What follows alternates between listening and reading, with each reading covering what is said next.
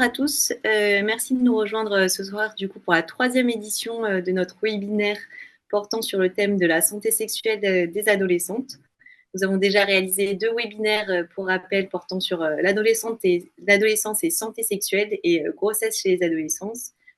Et nous en aurons deux suivants, le 15 octobre sur adolescence et pathologie gynécologique et en novembre sur adolescence et sexualité. Donc ce soir, voilà, on va avoir 5 présentations successives, euh, voilà, présentées par 5 orateurs différents et venant de mondes aussi assez diversifiés. Et donc nous allons commencer avec la première présentation réalisée par le professeur Henri-Jean Philippe, tout nouveau président d'Action Santé Femmes, avec qui nous co-organisons ce webinaire et qui va nous parler des mutilations féminines génitales dans le monde. Mais juste pour information complémentaire, au cours de chaque présentation, vous avez un chat, vous pouvez poser vos questions directement. On y répondra après les deux premières présentations de façon groupée et pour finir après les 3 dernières présentations. Voilà, on essaiera de sélectionner pour pas trop dépasser au niveau du timing voilà, le temps de cette soirée. Entendu. Merci beaucoup, Carole. Et puis, merci aussi à Ramet Rajak de modérer avec Carole cette session. Donc, je vais d'emblée essayer de partager mon diaporama. Comme vous le savez, depuis extrêmement longtemps, il y a une pratique qui a été créée par l'homme et finalement réalisée par les femmes, qui est l'excision. Et la première question qu'on peut se poser, c'est est-ce que cette pratique a été faite pour que les femmes soient plus belles ou plus pures, ou pour d'autres raisons? Et ça sera un peu le sujet de discussion. Alors, de quoi s'agit-il? Bon, je pense que malheureusement, une bonne partie d'entre vous savent de quoi il s'agit. Et il s'agit de, le plus souvent, malheureusement, sectionner le clitoris et parfois les petites lèvres. Et donc, il y a différents stades. Et le plus souvent, c'est ce que l'image du milieu. Il y a une section du clitoris et des petites lèvres. Et ça se pratique plutôt en Afrique de l'Ouest. Et en Afrique de l'Est, c'est plutôt ce qu'on appelle plutôt une infibulation. Et vous voyez qu'il y a une suture des grandes lèvres. Et vous comprendrez évidemment ce que ça a comme conséquence. Alors, cette pratique, avec quel objectif, on verra tout à l'heure, mais en fait, pourquoi on fait ça?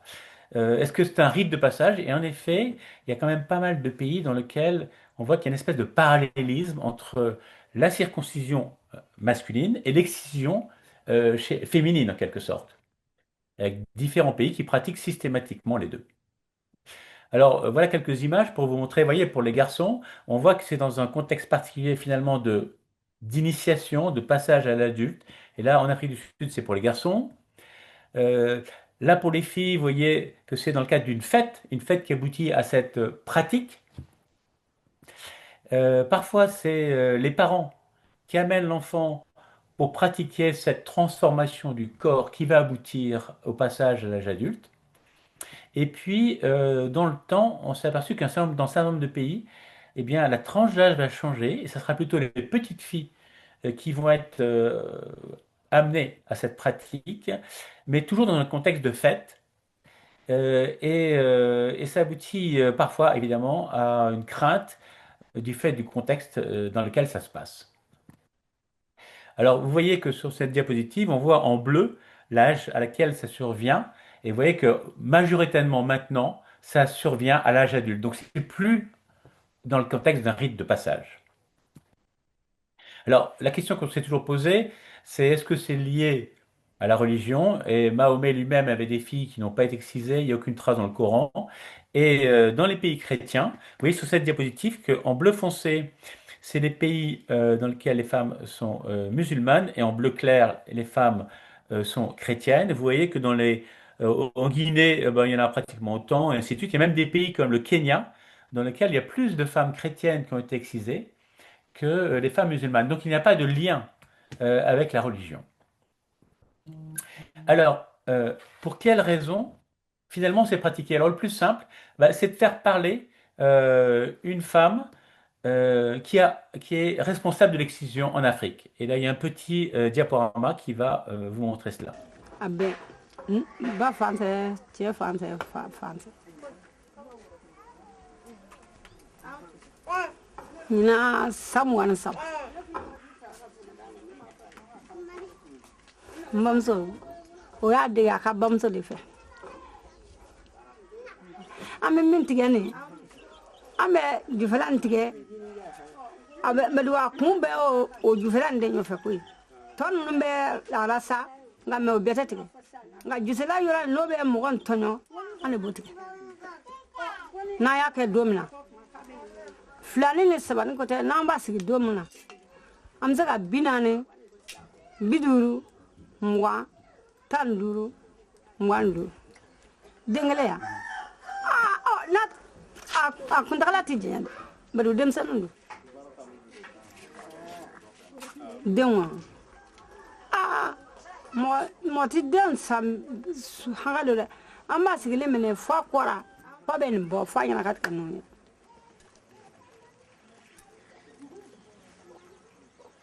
mɛ la kun na n'u bɛ den sigi a ka da kun min kan yan u bɛ den sigi a ka da kun min kan u ko bilaroya a kɔni ma ɲɛ an bara mɛduga a bɛ musomanin den tɔnɔ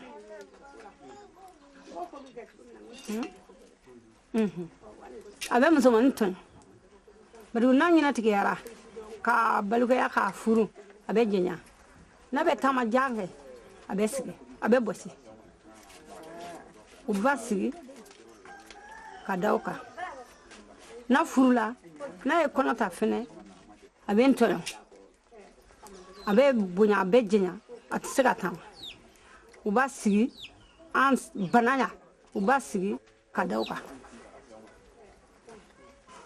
ni mɔgɔ ye n wele n bɛ taa fan wɛrɛ fɛ ni fitinin ma na n b'o kɛ n ka so kɔnɔ la kɛ kabini nin na ɲɔgɔn kɛ En écoutant cette exciseuse, bah, vous comprenez que finalement c'est pour le bien des femmes. Et donc, si on essaie de revoir un peu, alors il y a énormément de croyances. Les croyances que le dard, le clitoris, pouvait tuer l'homme, donc bah, il veut mieux le supprimer. Que le nouveau-né qui touche le clitoris au moment de la naissance meurt, donc il vaut mieux le supprimer. Et enfin, que le nouveau-né est bisexuel, et donc, eh bien, une femme ne doit pas avoir de partie protubérante, donc c'est normal d'exciser. Et pour les garçons, il ne faut pas avoir une extrémité qui est inhabituelle, un peu féminine, d'où la circoncision. Mais en fait, on sait que tout ceci a disparu au cours du temps et que finalement, aujourd'hui, ben, c'est pour la répression de la sexualité. Alors, petit retour dans une petite expérience que j'ai eue quand j'étais au CHU. J'ai mis des groupes de parole pour les femmes pour lesquelles on envisageait une réparation de l'excision chirurgicale. Et elle nous racontait que c'était essentiellement des Guinéennes, Guinée-Conakry. Elle nous racontait que lorsqu'elle discutait, lorsqu'elle palabrait autour d'une mare ou autour à tout moment, eh bien, une femme qui n'était pas excisée était exclue systématiquement. Les bilacoraux étaient exclus. Alors, bon, c'est une pratique donc rituelle, c'est une pratique qui est finalement peut-être faite pour le bien des femmes, pour les rendre plus pures. Mais est-ce qu'il y a des complications? Oui, vous savez qu'il y a des complications parce que pour certaines personnes qui ont été amenées à prendre en charge ces patientes, une partie, enfin moi, ça m'arrivait dans mon expérience, de leurs enfants sont morts au moment où on l'a excisé. C'est complications immédiates. Et puis les complications tardives, ben ça, simplement lorsqu'on voit les photos, on comprend que ce soit une infibulation où c'est totalement fermé, donc on comprend les complications médicales, urologiques, sexuelles. Et pour l'excision, les complications sexuelles et je dirais aussi psychologiques. Et les femmes n'ont pas l'impression d'être des femmes.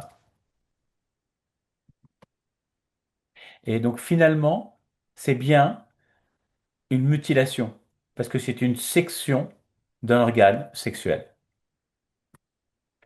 Alors, depuis 25 ans, la loi française s'est positionnée de manière assez importante. Et elle est positionnée de manière très importante parce qu'elle s'applique même si des faits ont été commis à l'étranger. Et alors, la question qu'on peut se poser, parce que c'est quand même une pratique qui semble continuer, c'est est-ce que dans les pays africains, il y a la même interdiction? Et vous voyez que déjà, il y a 40 ans, la Charte africaine des droits de l'homme, signée par 50 États, disait il faut préserver l'intégrité physique et morale. Mais ce n'est peut-être pas assez précis finalement. En 1990, la Convention relative aux droits de l'enfant, c'est-à-dire tous les pays du monde, il y a 192 pays dans le monde, qui ont dit il faut abolir les pratiques traditionnelles qui ont des conséquences sur la santé. Mais là également, il y avait toujours un petit point d'interrogation, est-ce que l'excision a des conséquences sur la santé?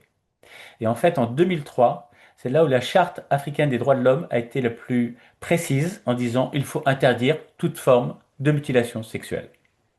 Et pourtant, aujourd'hui, il y a plus de 100 millions de femmes qui sont excisées ou infibulées dans le monde.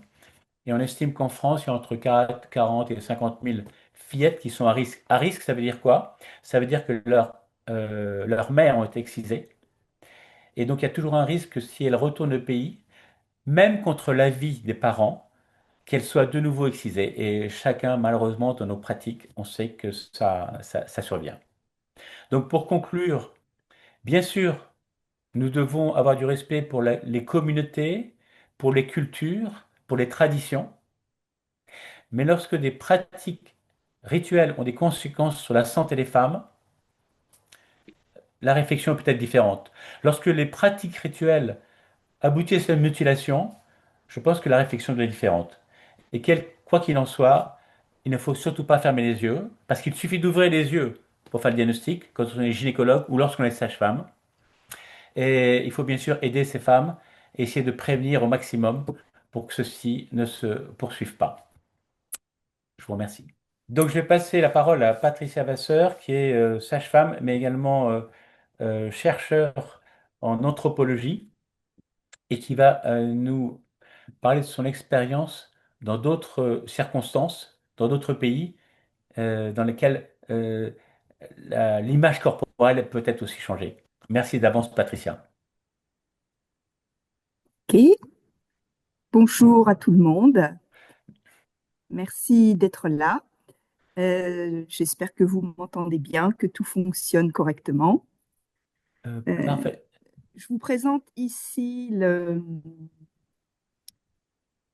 voilà, l'idée, comment on va procéder, hein, avec une petite intro, des fondamentaux, le paraître dans le regard des autres sur cette question de l'adolescence au Sahel, l'image de soi, rapport à l'autre, on conclut, et avec quelques références bibliographiques, puisque j'imagine que peut-être que les diapos seront transmises aux participants, hein.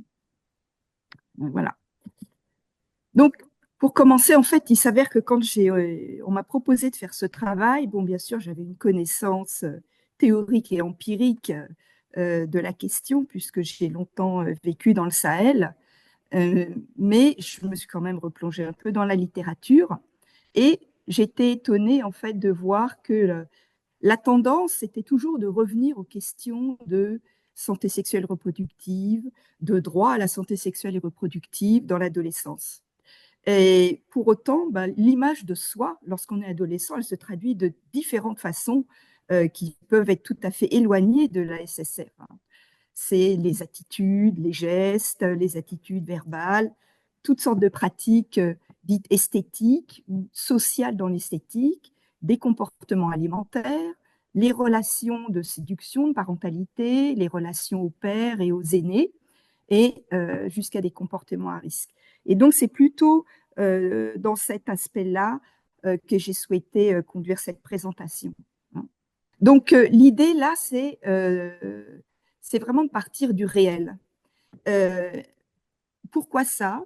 Parce que, en fait, quand on travaille, moi je continue à travailler régulièrement dans les pays sahéliens et d'Afrique centrale, et il y a encore pas si longtemps, j'étais à l'hôtel et je vois l'organisation d'une fête d'anniversaire de jeunes, alors garçons ou filles, je ne sais pas, entre 16 et 17 ans, Et c'était vraiment intéressant de les observer, de voir leurs attitudes, de voir leur tenue vestimentaire. Toutes avaient utilisé un mobile, par exemple. Et on voyait régulièrement, on voyait bien les jeux de séduction. Il se trouve que c'était à Bangui et que là, bien, on voyait des jeunes filles se mettre sur les genoux des garçons. Si vous allez dans d'autres pays comme le Sénégal, Dakar, où j'ai beaucoup travaillé, ou bien le N'Djamena, où je vais encore là régulièrement, on va observer des, disons, des gestuels ou des rapports garçon-fille, mais jamais on ne verra une jeune fille s'asseoir sur les genoux d'un garçon. Donc, ce qui est intéressant dans tout ça, c'est de voir qu'en fait, il y a toutes sortes de manières d'être un adolescent en fonction des pays dans lesquels on vit. Donc, ces deux, trois exemples que je vous ai donnés, c'est vraiment pour montrer euh, comment en partir du réel permet de montrer les diversités de situations, mais au sein de ces diversités, on voit bien qu'il y a des similitudes, hein. Et ce qui va être similaire et donc différent, eh bien, c'est ce qui va être lié au contexte de vie, des contextes, des espaces géographiques, différents pays, des contextes urbains, ruraux, où on va retrouver à la fois des différences et des similitudes, variations liées aux environnements socio-éducatifs, et également aux codifications et aux préceptes religieux selon la prégnance religieuse dans laquelle on a grandi. Mais il faut toujours avoir en tête qu'au-delà de ces similitudes, eh bien, ces groupes d'adolescents, quelle que soit leur tranche d'âge, ils restent hétérogènes et ce sont des individus, des groupes en transition individuelle, hein, qui va être lié à la pluralité de leur parcours. Il va y avoir de multiples manières d'être et d'agir en fonction de ces parcours, qu'il y a bien sûr toujours une recherche d'une quête de sens à son existence, et c'est ce qui va définir les rôles qui sont assignés donc à ces différentes personnes dans une société. Donc ces adolescents, ils vont se retrouver dans un système qui les oriente à être d'une certaine façon, mais en même temps, ils vont vouloir être de leur propre façon. Voilà. Donc là, OK. Donc maintenant, si on voit un petit peu donc, les fondamentaux du contexte sahélien spécifiquement, puisque c'était ça donc l'objet de l'intervention d'aujourd'hui, ben, c'est de se dire que dans tous les pays du Sahel, il y a majoritairement une population jeune, hein, donc plus de 25% des personnes ont moins de 25 ans. Et que tous ces jeunes, ils sont dans un système de coexistence, de transformation aussi bien sociale, culturelle, économique, avec dans tout ça des enclaves, je dirais, traditionnelles qui vont être plus ou moins marquées selon où vivent ces jeunes. Et on sait que l'adolescence, eh bien, c'est une phase de transition individuelle.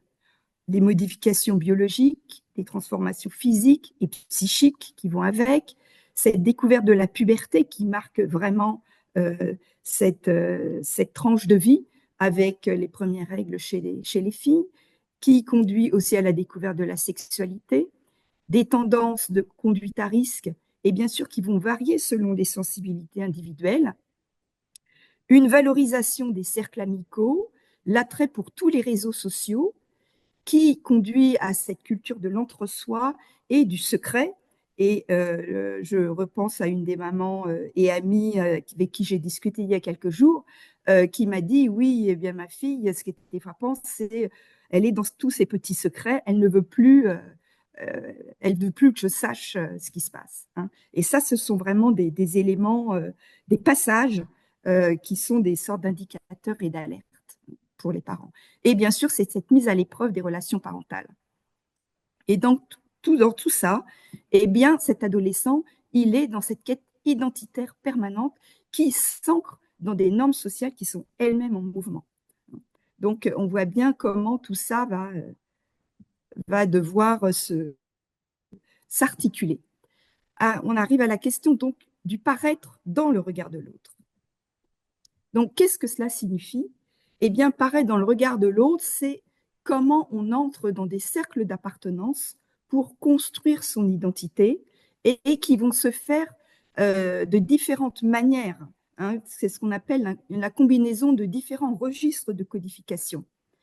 Et le premier, le plus frappant, quand on regarde ces jeunes, même dans la rue, eh bien, c'est la question vestimentaire.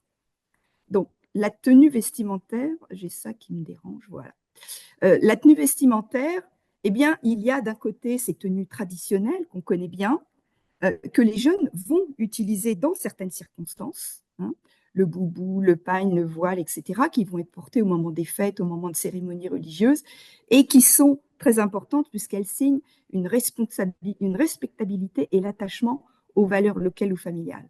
Mais en même temps, cette jeunesse, elle est marquée par des tenues modernes. Et donc, ces jeunes, ils vont naviguer entre les deux, avec l'adoption de tenues dites occidentalisées, et je le mets bien entre guillemets, puisque c'est une vision de ce qui peut être occidentalisé, alors que quand on se retrouve dans les pays africains, eh bien, elles sont tout à fait africanisées, en fin de compte. Hein. Mais ce qui va faire la grande différence, c'est d'être en milieu urbain ou en milieu rural. Et c'est là qu'on va voir des jeunes en jean, en t-shirt, basket et robes modernes qui ne seront pas forcément les mêmes que dans des lieux très, très isolés. Également, l'influence des réseaux sociaux, la musique, et tout ça est très important puisque ça va déterminer je dirais, les modèles de style plus globalisés qui vont s'inscrire dans cette dynamique de mondialisation et qui font que les jeunes vont se distinguer des autres et vont se personnaliser. Et puis cela va varier avec le sexe de la personne. Chez les garçons, eh bien, on va avoir plus l'attrait pour des marques de sport, des casquettes, des survêtements.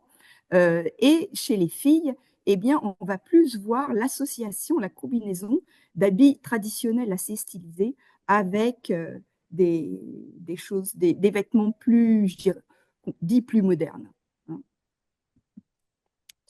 Juste quelques diapos pour vous montrer un petit peu des tenues vestimentaires. Et vous voyez ici que ces garçons et ces filles, ces jeunes, ils mettent au même niveau une tenue qui pourra être traditionnelle, un voile, qu'une tenue qui va être en jean et en t-shirt. Hein. Et cette photo, vous voyez, d'un jeune qui voit je dirais, son esthétique à travers un foulard également. Qu'est-ce qui va également jouer dans tout ça? Eh bien, c'est comment on va faire jouer les appartenances. Les appartenances en fonction de sa tenue vestimentaire qui va vraiment être un code. Et ce qui est intéressant, c'est de voir comment une jeune, par exemple, peut switcher d'une tenue courte à une tenue traditionnelle avec un voile. J'ai dit la tradition, c'est les valeurs culturelles, respect de la famille, et la modernité, eh bien, c'est la tendance, c'est l'affirmation de soi et montrer qu'on est connecté à son époque. Et bien sûr, il y a des pressions sociales, des pressions religieuses qui font que pour certaines jeunes filles, eh bien, il va y avoir des injonctions à porter un certain type de tenue ou une autre, hein, qui peut créer des gènes, des mal-être et des gènes psychiques si l'injonction est trop poussée. Et puis, ce vêtement, il va marquer d'une manière générale le symbole de son statut social et de sa modernité. Et on verra souvent ce qu'on appelle des mélanges hybrides de l'ensemble. Avoir en tête que les tensions et les injonctions sont toujours plus marquées chez les filles que chez les garçons, hein, liées à ce contrôle social qui va être beaucoup plus marqué. Donc, le choix du vêtement, eh bien, c'est le langage social qui va conjuguer les différentes identités et qui construit l'image de soi, qu'elle soit culturelle, religieuse, et qui vont marquer ce désir d'individualité. Voilà. On va retrouver la même chose dans les coiffures, dans les tatouages ou dans les marquages au nez, par exemple, les scarifications. Eh bien, tous ces aspects, tout ce qui peut être traditionnel va se transformer en quelque chose de moderne, va être syncrétisé pour rester dans l'air du temps. Et tout cela va permettre de mieux comprendre, en fait, le rapport au corps qui est toujours aussi un rapport à la beauté et à l'identité, le rapport à la tradition et à la modernité, et le signe de son appartenance et de son statut social. Quand on dit appartenance, je pense là à l'appartenance de ces groupes amicaux ou de ces réseaux sociaux. Hein. Et il faut aussi se dire que tous ces styles, s'ils varient d'un pays à un autre ou d'une ethnie à une autre, il est très lié en fait aux étapes de vie. Une jeune fille en puberté, donc adolescente, et une jeune fille qui entre dans la phase de mariage n'aura pas les mêmes coiffures, n'aura pas les mêmes vêtements et n'aura pas les mêmes les mêmes marques corporelles. Si on prend l'exemple de la coiffure, eh bien, on voit très bien comment une coiffure traditionnelle avec des cauris va devenir une tresse moderne avec extension et perruque dans un monde rural et moderne où la jeune fille va pouvoir s'exprimer. Voilà quelques exemples ici. Hein. Ici, à gauche, quelque chose de plus traditionnel, de relativement traditionnel, et ici, de très traditionnel, et en dessous, quelque chose de très moderne. Et qu'on peut retrouver aussi dans les dessins ONE. Donc, un petit mot sur les scarifications qui sont traditionnellement plutôt le tatouage des mains, des lèvres et du menton, qui se perd énormément aujourd'hui et qui signe vraiment une ruralité ancienne, alors que le henné va perdurer au niveau des mains et des pieds, et que l'influence des réseaux sociaux va resyncrétiser tout ça en s'appuyant, en s'inspirant des modèles afro-cubains, de célébrités et internationales, mais aussi diasporiques. Même chose qu'on va retrouver dans les tendances alimentaires. Donc cette perception du beau corps, eh bien, elle va marquer l'image de soi et elle varie énormément avec le genre, garçon-fille, avec l'environnement social et l'environnement géographique. Si on prend l'exemple des sociétés sahéliennes, la tendance est de privilégier plutôt les formes rondes chez les filles. Hein. C'est aussi derrière l'idée de fertilité, de bonne santé et de statut social, et donc de l'aisance financière. Si on prend un cas extrême, mais qui est toujours d'actualité, vous connaissez peut-être en Mauritanie, le principe du gavage des femmes qui sont des signes de signes de prospérité par leurs extrêmes rondeurs. Si on va plus vers une modernisation influencée par les réseaux sociaux, eh bien là, on arrive vers une silhouette plus mince et qui va créer des tensions, en fin de compte, entre ces modèles locaux et ces modèles mondialisés, puisque certaines jeunes filles vont vouloir entrer dans des régimes, alors que ça ne se voyait peut-être pas il y a 20-30 ans, hein, en tout cas au Sahel. Ça, c'est pour la jeune fille. Pour le garçon, il est toujours dans cette vision de corps robuste qui, lorsqu'il est en milieu agricole, signifie sa résistance et sa force au travail. Et lorsqu'il est en milieu urbain, correspond à une dynamique sportive, s'entretenir par le sport, etc. Et avec cette idée, comme on dit, des athlétiques fit promues par les médias. Un petit mot juste pour expliquer ces rondeurs ou moins rondeurs. Elles sont très liées aux modes alimentaires qui vont être plus traditionnels à certains endroits, beaucoup en milieu rural et qu'on va retrouver dans les moments festifs, et qui, lorsque l'on arrive en milieu urbain, eh bien, cette tendance de bien manger peut aller jusqu'à la diète et là va s'associer aux snacks, aux boissons sucrées et à tous ces produits qui tendent à être déséquilibrés, hein, et qui peuvent aboutir à des troubles vraiment du comportement alimentaire. Donc, en gros, l'image de soi chez le jeune, eh bien, ce sont des transformations de normes esthétiques et de normes sociales. La coiffure, le henné, le tatouage, des mèches colorées pour affiner son style et sa personnalité, la tendance à amincir lorsqu'on est dans les capitales, et cette transition qui est plus vers une pratique d'esthétique que rituelle, surtout en ville.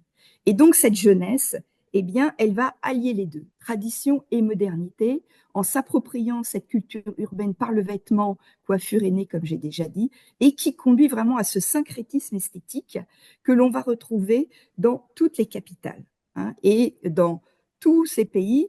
Là, on est sur le Sahel, mais on aura la même chose sur des pays plus centraux ou Afrique de l'Est et autres. Voilà, ça, c'était autre chose. Si on va sur le rapport à l'autre, eh bien, dans le rapport à l'autre, on voit bien qu'être jeune, ça va modifier les rapports à la parentalité et ça influe sur ce qu'est l'adolescence. Si on revient un petit peu en arrière, il y a une trentaine d'années, par exemple, moi, à l'époque où j'ai beaucoup habité notamment au Sénégal, Mali, etc., si vous discutiez avec des parents ou avec des adultes, ils ne vous parlaient pas d'adolescence. Et quand on en parlait, c'était plutôt vide de sens. Parce qu'il n'y avait pas cette transition dans le temps. On passait de l'enfant beaucoup plus vite à l'adulte, puisqu'on allait relativement vite sur le mariage. Maintenant, les différentes mamans que j'ai pu appeler ces jours-ci, quand je leur ai dit le mot adolescence, tout de suite, ça fait tilt. On a bien cette tranche d'âge qui correspond à une transition, mais qui dure beaucoup plus longtemps, principalement parce qu'on entre dans des études, parce qu'on vit autrement et que la vie urbaine prend un pas important et influence, et que tous ces jeunes sont en lien avec les réseaux.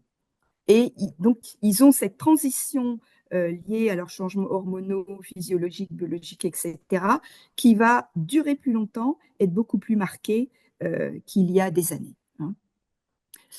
Pour autant, les parents, les rapports de parentalité ne sont pas simples. Ils sont différents, mais ils ne sont pas simples.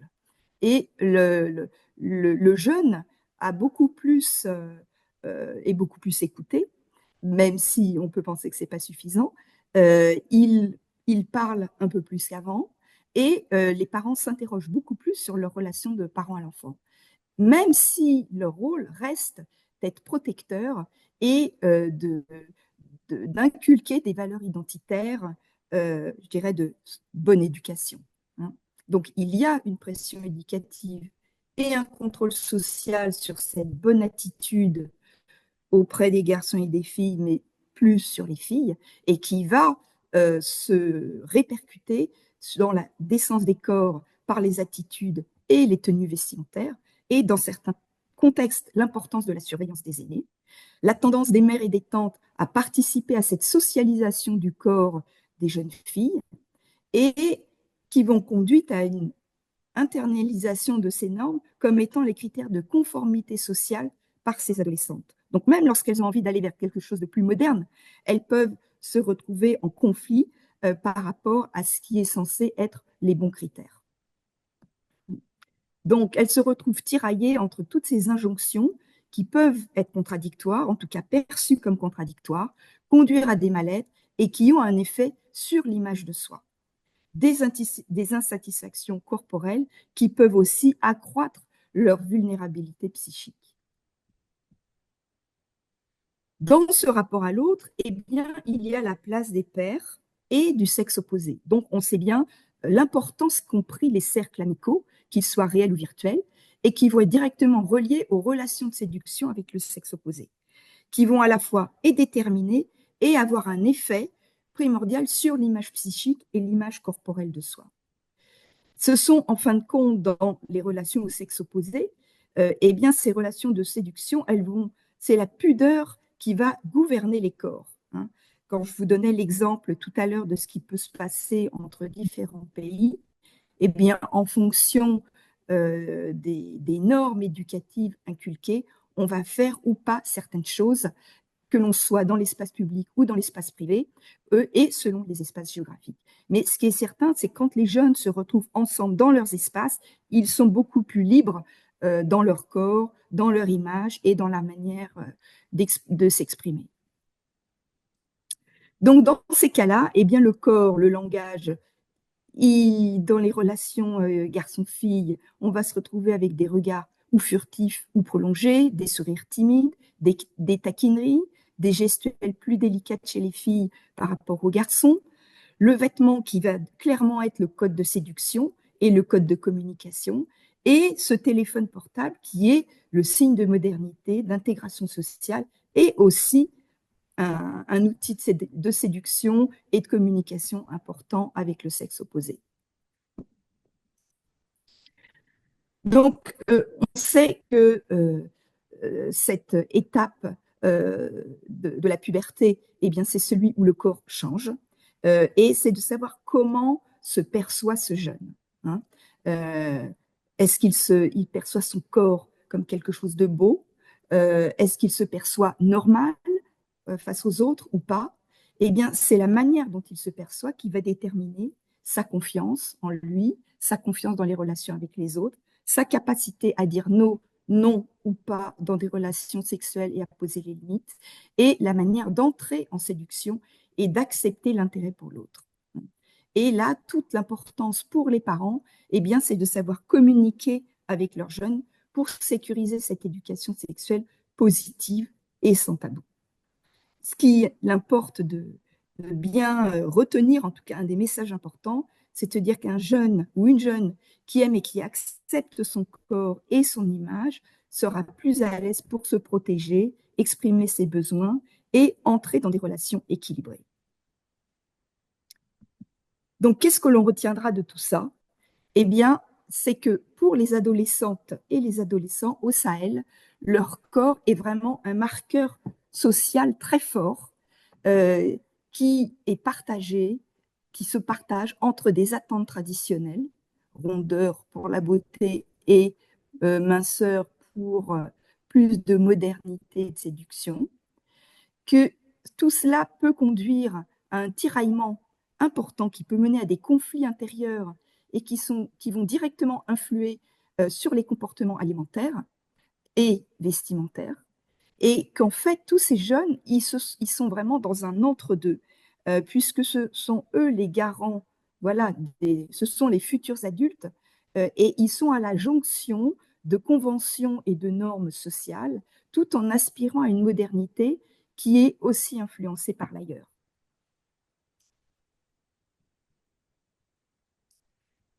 Donc, l'importance de prendre en compte ces écarts de l'image de soi entre des adolescents, des espaces urbains et ruraux est aussi très important. Et ce sera très important en termes de santé publique, puisqu'il faudra adapter les discours. Les programmes sectoriels ne devront pas être menés de la même façon, et les campagnes d'information devront justement tenir compte de ces variations d'image et de perception de soi des adolescents. Hein. Ce sont les personnes ressources du monde de demain, et on observe bien qu'un jeune d'aujourd'hui par rapport à un jeune d'il y a 30 ans, lorsque l'idée d'adolescence n'était pas conceptuellement posée, eh bien les jeunes d'aujourd'hui ont une maturité sociale beaucoup plus importante qu'avant grâce à cette information, d'accès à l'information et à leur maniement des outils de l'information. Ils ont c'est une responsabilité citoyenne en fait des adultes à faire entrer les jeunes dans le monde adulte, mais en les écoutant et en les entendant. Et ces jeunes, ce sont en fin de compte des empêcheurs de tourner en rond par leur capacité à traiter de sujets sensibles qui étaient perçus comme tabous pour leurs aînés. Donc, beaucoup de choses reposent en fin de compte sur les adolescents. Pour finir, quelques éléments bibliographiques, qui pourront vous être transmis si vous le souhaitez. C'est très réducteur parce qu'il y a beaucoup de choses. Là, c'était juste pour vous donner quelques éléments. Je vous remercie. Merci, Patricia, c'était vraiment passionnant, ton intervention. Et peut-être avec Carole, on s'est dit que ça serait bien que Ramet Rajak prenne la suite parce qu'il y a une dimension aussi interculturelle qui est importante. Oui, voilà. Pour qu'on discute après. C'est exactement ce que je me disais. Bon, impeccable. Ça allait faire une bonne transition. Donc, bonjour à tous, Ramet Rajak, je suis pédopsychiatre à la Maison de Solène, que vous voyez ici. Donc on est spécialisé, on est sur l'hôpital Cochin et un de nos champs d'expertise est la prise en charge de l'anorexie mentale et également l'approche transculturelle. Donc j'ai proposé un titre qui combine les deux. Je suis heureuse de parler de ce sujet qui constitue un peu un tabou. D'ailleurs, le Lancet le dit en 2021. On n'en parle pas assez alors que l'anorexie mentale a une prévalence non négligeable chez les femmes. C'est 1,4% de prévalence sur la vie et surtout avec des taux de mortalité élevés. On dit 5% sur les études sur 10 ans après la déclaration du début de la maladie. Donc c'est une des maladies mentales qui tue le plus et on a 4 fois plus de risque de mourir par suicide dans ces situations-là que dans la population générale parce qu'il y a souvent des comorbidités. Donc une maladie gagne à être mieux connue. D'autant que les professionnels rentrent parfois dans un déni qui est un miroir du déni qui fait partie des symptômes de la maladie. On a souvent des patientes qui savent nous rassurer, même si elles continuent à perdre du poids, qui sont dans une rationalisation, dans une intellectualisation. Et je sais que dans le public, on a beaucoup de gynéco-obstétriciens, sages-femmes, pédiatres. Et moi qui travaille aussi sur la maternité, parfois, on doit vraiment faire un effort pour être vigilant dans les situations où les femmes ont un antécédent de TCA, et pendant la grossesse, elles ne prennent pas de poids, voire en perdent, et ça peut passer presque inaperçu, hein, alors qu'on sait qu'il y a un risque même de répercussions sur les troubles des interactions au niveau relationnel au niveau du bébé lorsqu'on est dans le contrôle en permanence. Alors aujourd'hui, j'ai plutôt parlé des aspects culturels, mais il y aurait beaucoup à dire. Pour commencer, sur la définition des symptômes, alors là, je vous ai mis les critères définis par nos manuels de psychiatrie, notamment le DSM-5, hein, le plus récent. On voit que dans les critères, figure la peur intense de prendre du poids ou de devenir gros malgré une insuffisance pondérale de manière objective. Eh bien, déjà, ce critère-là n'est pas valable dans toutes les cultures, et particulièrement en Asie. On retrouve les autres conditions anorexiques, les conduites associées, la dysmorphophobie, donc l'altération de la perception du poids ou la peur intense de prendre du poids, ne se retrouve pas partout. Je vous ai mis une photo de comment on peut se percevoir quand on est anorexique et qu'on ressent de la dysmorphophobie. Donc, même si la maladie est universelle, quoique on va y revenir au niveau historique, on l'a pas toujours identifiée comme telle. Il y a un codage culturel des symptômes qui font que les manifestations pour la même maladie peuvent se révéler différemment. Alors, justement, au niveau historique, j'avais d'ailleurs écrit, je vous ai fait une capture d'écran, un chapitre de livre en lien avec l'histoire et la place de la culture dans les troubles du comportement alimentaire. Ce qui a été marquant, c'est qu'on a pu, alors je vais vous dire quelques points marquants, on a identifié et utilisé cette terminologie-là, surtout depuis les années 70, alors qu'on pense que les troubles anorexiques peuvent exister depuis l'Antiquité, mais n'ont pas été identifiés tels quels. Alors, si ça vous intéresse, vous allez voir mon chapitre et sûrement d'autres écrits qui figurent dans la biblio. Il y a eu aussi des conduites d'ascétisme religieux au Moyen-Âge. Voilà, on parlait pas d'anorexie à ces périodes-là. Mais dans les années 70, aux États-Unis, il y a eu une explosion de symptômes qui pouvaient se regrouper au sein de cette maladie. Et puis on s'est rendu compte dans les années qui ont suivi qu'on ne retrouvait pas que dans les pays occidentaux et pas toujours avec les mêmes critères où on associait que la maladie au fait d'avoir un contexte de situation sociale favorisée et occidentalisée. On pensait initialement que c'était un syndrome lié à la culture, avec des symptômes qu'on ne pouvait que reconnaître là-bas et traiter là-bas. Donc on parlait du culture bound syndrome, mais le fait qu'on ait pu repérer que dans les sociétés à transformation rapide, dans les pays qui se développaient de plus en plus, donc des sociétés qui subissaient de rapides transformations culturelles, ont commencé à trouver des prévalences d'anorexie mentale équivalents à l'Occident, et on a parlé de culture transition syndrome, donc plutôt avec l'hypothèse d'une maladie qui serait liée à la transition trop rapide. Et on retrouvait davantage dans les zones urbaines que les zones rurales. Alors, L'hypothèse initiale à partir des pays occidentalisés et puis du fait aussi de l'impact de l'industrialisation et des sociétés qui se transformaient rapidement, c'était que plus on rentrait dans une société de consommation avec une abondance des ressources disponibles, et plus paradoxalement, on avait un idéal de minceur qui était prôné. Autre facteur, la nucléarisation et l'intensification des conflits, la nucléarisation dans la manière de penser une famille. C'est-à-dire que avant, à travers le monde, la famille, c'était plutôt la famille élargie. On pensait l'éducation d'un enfant sans se sentir isolé. De plus en plus, l'évolution a été le fait de se sentir que l'idée même d'une famille, de faire famille, soit plutôt nucléaire avec le père, la mère et une éducation qui incombe qu'aux deux parents, avec une polarisation des conflits qui ne portait que au sein du noyau familial. Et on verra que la dimension systémique et familiale, elle est très importante dans la compréhension des troubles du comportement alimentaire et les traitements des troubles du comportement alimentaire. D'ailleurs, souvent préconise la thérapie familiale qui a fait ses preuves dans ces situations-là. C'est dans les années 80 qu'on a vu qu'au Moyen-Orient et dans plusieurs pays d'Asie du Nord-Est, on retrouvait des tableaux anorexiques de plus en plus flagrants, plus présents dans les villes, comme je disais tout à l'heure, mais souvent avec des manifestations décrites comme atypiques dans la revue de littérature internationale, par exemple, des anorexies qui rentraient dans le cadre d'un refus global, une opposition globale.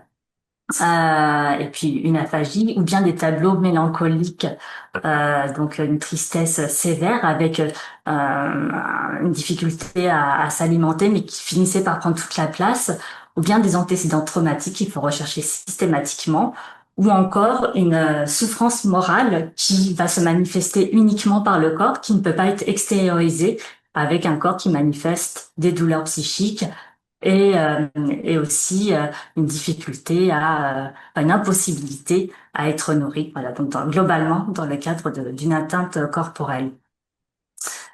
Alors à partir de la fin du XXe siècle, on a vraiment les études, de plus en plus été publiées au Japon, Hong Kong, Chine, Taïwan, Malaisie, Singapour. Ce qui a pu être repéré aussi, c'est que dans les minorités culturelles au sein des pays entre guillemets dits occidentaux, on a commencé à trouver aussi des taux de prévalence, des prévalences qui étaient équivalentes à la population locale, alors même que dans le pays d'origine, on ne retrouvait pas cette prévalence-là.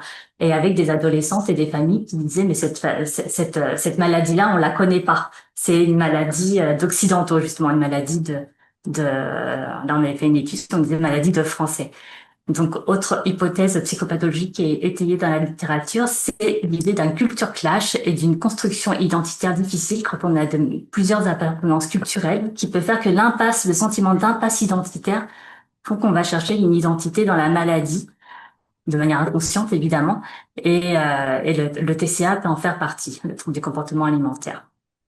Alors, le point commun entre ce que j'évoque dans les sociétés qui se transforment rapidement et dans la migration, quand on est enfant migrant et qu'il y a ce risque-là d'exprimer sa souffrance à travers l'anorexie mentale, ça va être l'acculturation. Alors l'acculturation, c'est le fait de se transformer sur le plan identitaire au contact d'une autre société ou même au sein de son propre pays, quand les choses se transforment rapidement, avec un sentiment avec une notion de perte identitaire pour pouvoir s'intégrer, pour pouvoir intégrer les normes de tout dans la nouveauté, quoi. À l'extrême, ça devient même l'assimilation. Et l'assimilation, c'est pas ce qui préserve. Et pourtant, paradoxalement, par exemple en France, on considère que l'assimilation, c'est l'intégration. C'est comme ça qu'on s'intègre, c'est en renonçant presque à son identité antérieure quand on est dans la migration, alors que sur le plan psychique, ce qui préserve le plus, c'est de réussir à se sentir appartenir de partout, sans avoir un sentiment de renoncement. Et donc le stress lié à l'acculturation, dans la littérature transculturelle, on sait clairement que il y a un risque de décompensation de toute pathologie mentale, et l'anorexie mentale est paradigmatique de ces situations-là. J'avais envie aussi de citer dans les termes théoriques, et je pense que ça s'articule bien avec la présentation précédente, Durkheim, sociologue, qui parlait d'anomie, qui disait que quand les changements sociétaux sont importants, il y a une confusion finalement dans les règles sociales qui peut qui n'est plus structurante. Et dans ces situations-là, dans ces périodes-là de changement important, il y a plus de suicidalité dans la société et les conséquences de l'anorexie mentale sont des équivalents mortifères par rapport aux équivalents suicidaires. Alors, ce qu'on retrouve dans la psychopathologie, alors c'est peut-être pas toujours évident pour ceux qui sont pas dans les domaines psychologiques ou pédopsychiatriques de faire le lien entre l'anorexie mentale qui se manifeste beaucoup par quelque chose d'organique. Hein. D'ailleurs, parfois c'est que les médecins généralistes, les pédiatres qui sont consultés dans ces situations-là, alors qu'au fond c'est une maladie mentale. Et ce qu'on retrouve dans les sens psychopathologiques de manière fréquente et souvent de manière inconsciente initialement, parce qu'au début c'est difficile d'avoir de l'élaboration, d'élaborer sur ces questions-là, puisque tout est décalé, décentré, tout est centré sur l'alimentation pour éviter de penser ce qui est difficile. Et bien ce qui se cache au fond, c'est souvent, alors il y a différents sens, hein, et chaque histoire est singulière, mais on retrouve le plus souvent un besoin d'un sentiment d'identité et d'autonomie psychique qui ne se fait pas par une absence d'autorisation symbolique pour soi ou par les autres de le faire, de s'autonomiser psychiquement, de s'individualiser, de se subjectiver. Par exemple, la crainte de grandir dans une famille ou la crainte de... Alors, en Occident, on pense souvent que pour grandir, il faut s'opposer aux parents. Il faut ne pas avoir les mêmes idées, il faut savoir s'affirmer, etc. Puis de société collective, et justement là, on va comprendre que dans la migration, ça va devenir complexe, notamment, par exemple, si on est d'origine indienne comme moi, on pense de manière collective. Grandir, c'est plutôt être dans la piété filiale, trouver sa place dans la société et suivre les valeurs familiales, au contraire. Et donc, quand on est dans la migration, ou quand dans la ville moderne, on va penser différemment que dans la campagne, on va se retrouver perdu entre ces repères-là et ce qu'on pense que la société attend de nous ou ce que la famille attend de nous et comment nous, on va se développer, comment on va faire ces choix-là. On peut retrouver aussi dans les différents sens le désir de retarder la maturité sexuelle. On peut retrouver, alors, vous voyez l'impact de la psyché sur le corps puisque on peut avoir on a une aménorrhée, souvent secondaire ou primaire, dans l'anorexie mentale au point qu'il y a une répercussion sur la sexualité et on retrouve d'ailleurs une surreprésentation de traumas sexuels dans les antécédents qu'il faut systématiquement interroger.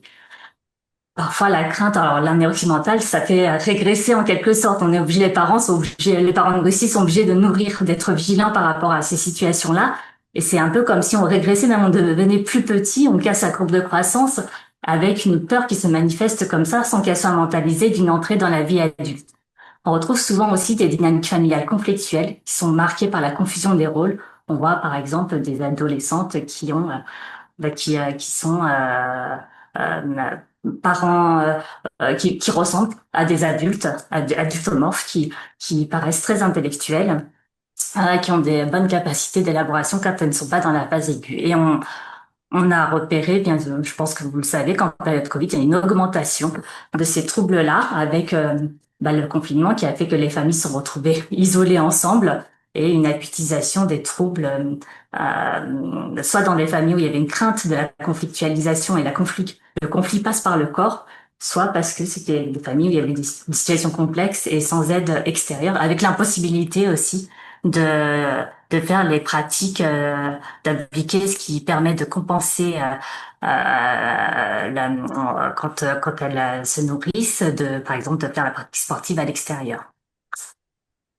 Alors, un sens et un traitement qui sont influencés par la culture. Je citais l'Asie tout à l'heure. Donc, dans les sociétés chinoises sociocentriques, on va plutôt, pour grandir, rechercher l'interdépendance familiale harmonieuse plutôt qu'une résolution des conflits, une autonomisation du patient.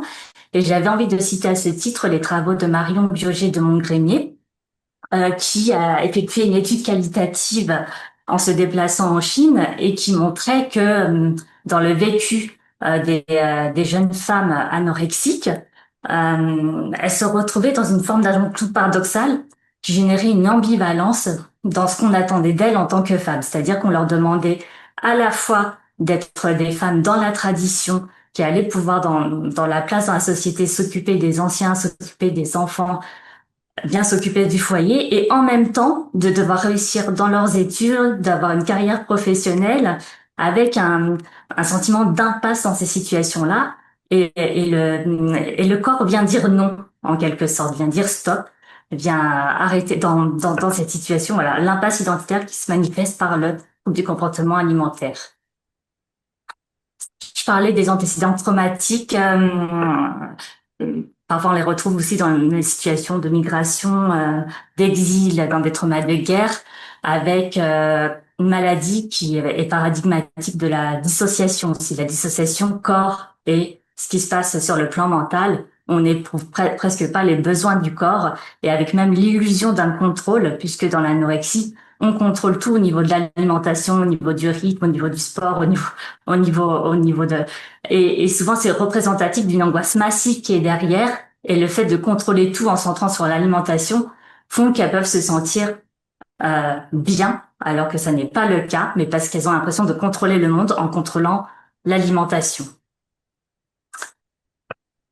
Alors, quand on est dans la migration et adolescent, enfant migrant, souvent, c'est la question du clivage entre le monde du dedans, de la maison, et le clivage et la différence avec le monde du dehors qui ressort. Et là, je voulais citer l'étude qualitative de Chloé Tesnas du Moncel, qui avait fait une étude en période Covid en interrogeant les adolescentes qui avaient une histoire de migration, souvent de la deuxième génération de migration et parfois issues de couples mixtes, sur leur vécu de l'anorexie, la place de l'alimentation à la maison et quelques corrélations, si elles en faisaient une, par rapport à leur histoire de migration et la culture. Alors, on faisait pas toujours la corrélation, mais justement, c'est très difficile de mentaliser et d'élaborer dans les phases aiguës de la maladie. Donc là, il y avait c'était à discuter ensuite et nous-mêmes à faire l'articulation sans qu'elle soit superficielle. Ce qui était flagrant, c'est que dans les thématiques qui ressortaient dans l'analyse, euh, il y avait constamment le sentiment de ne pas s'en sentir à la fois d'ici et à la fois d'ailleurs. Elles rejetaient les deux modèles à la fois de leur pays d'origine et le modèle de leurs parents avec le sentiment d'un gap générationnel, un sentiment d'incompréhension mutuelle. Et puis, par contre, le fait de se sentir affilié à un nouveau groupe qui prenait toute la place de l'identité qu'il n'y avait pas, qui était en creux, et donc la maladie anorexique, justement. Alors pour d'autres, ça va être le fait d'adhérer à des phénomènes de bande, quand on se sent ni ou à une autre religion que celle des parents, mais pour elle, c'est plutôt l'anorexie, c'est trouver son identité dans la maladie. Et l'anorexie, c'est une maladie qui prend toute la place de l'identité. Elle dit souvent, je suis anorexique. C'est ça en premier qu'elle dit. Elle dit pas, je souffre d'anorexie. Elle dit, je suis anorexique. Et les patientes qu'elle avait interrogées disaient, pour la plupart, qu'elles se sentaient bien quand elles étaient avec les anorexiques, quelle que soit leur culture, mais qu'elles se sentaient mieux comprises qu'avec les autres pères ou qu'avec leur famille. Parfois, dans les sens qu'on peut retrouver. Alors, autre constante, autre thème qui ressortait souvent, c'était que c'était souvent la nourriture traditionnelle de la famille qui était rejetée en premier, qui était mise de côté. Et puis aussi la question de l'amour qui passe par la nourriture. Vous savez, dans certaines langues, on ne dit pas je t'aime à son enfant, ça n'existe même pas. En tamoul, on ne dit pas je t'aime, on le dit par la nourriture.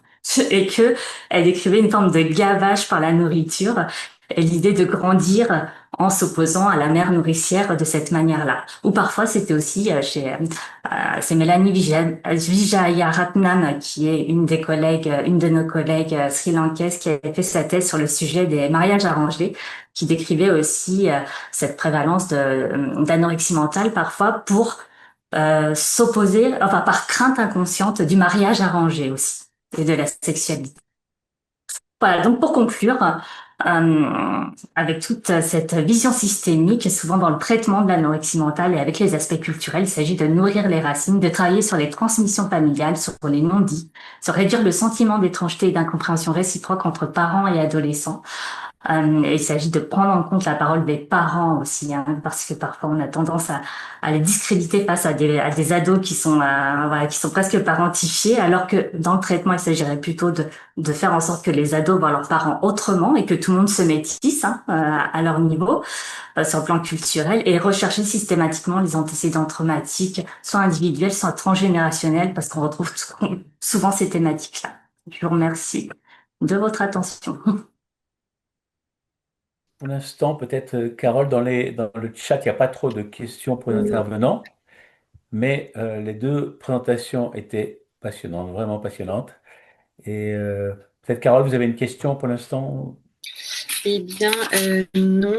Alors, Mais plutôt pour vous, mais après on peut commencer par ça, par rapport aux mutilations sexuelles féminines et par rapport à ce qui peut se faire justement en France chez les femmes voilà, originaires de pays autres et qui accouchent en France et suite à un accouchement par voie basse et des déchirures qui peuvent se faire voilà, de façon naturelle ou suite à une épisiotomie permettant l'accouchement et les réparations qui sont du coup non indiquées ou en tout cas qui sont considérées également comme un crime si elles sont faites euh, suite à une déchirure. Enfin, je trouvais que ça pouvait être intéressant de revenir juste là-dessus, sur ce sur, sujet. sur les conséquences obstétricales des excisions ou infibulations. Oui, voilà, et sur Ouais. la possibilité ou non, parce que moi, au cours de, voilà, de ma petite expérience en obstétrique, j'ai déjà eu des femmes qui peuvent demander que on répare et qu'on resuture une mutilation, une déchirure qui a eu lieu suite à une réparation, suite à une excision, voilà. Euh, Mhm. et en fait, si nous, on vient suturer à nouveau au niveau des parties génitales, une zone qui normalement ne devrait pas l'être de façon anatomique, ça rentre aussi dans le cadre des mutilations féminines génitales. Et donc, ça rentre dans aussi de ce qu'on peut appeler crime. Voilà. Alors, c'est vrai qu'il y a un sujet très difficile aussi, c'est les patientes qui ont été infibulées pardon, en Afrique de l'Est et donc évidemment ont été obligées d'inciser pour que la femme puisse accoucher naturellement. Et parfois les pères, les maris souhaitent qu'on referme. Ouais, c'est ça. Et Voilà. là, c'est vrai que ça, c'est évidemment pas acceptable. Et donc, on peut toujours dire, bah, on fera ça secondairement, puis ça permet de prendre du temps pour discuter. Euh, mais c'est vrai que c'est des situations qui sont un peu difficiles. L'avantage quand même de la grossesse, c'est que ça permet d'aborder, puisque le diagnostic est assez facile, il suffit de regarder en fait. Pas l'infibulation, parce que là c'est trop simple, mais l'excision, il suffit de regarder pour faire le diagnostic.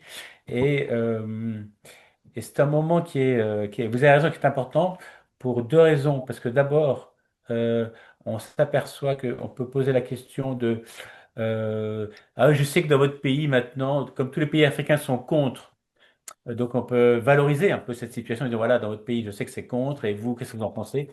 Et malheureusement, le plus souvent, les gens sont contre, mais malheureusement, j'étais confronté à des situations où des femmes baissaient les yeux et ça voulait dire que probablement leur fille, là, qui venait de naître, elles allaient avait un horrible d'excision.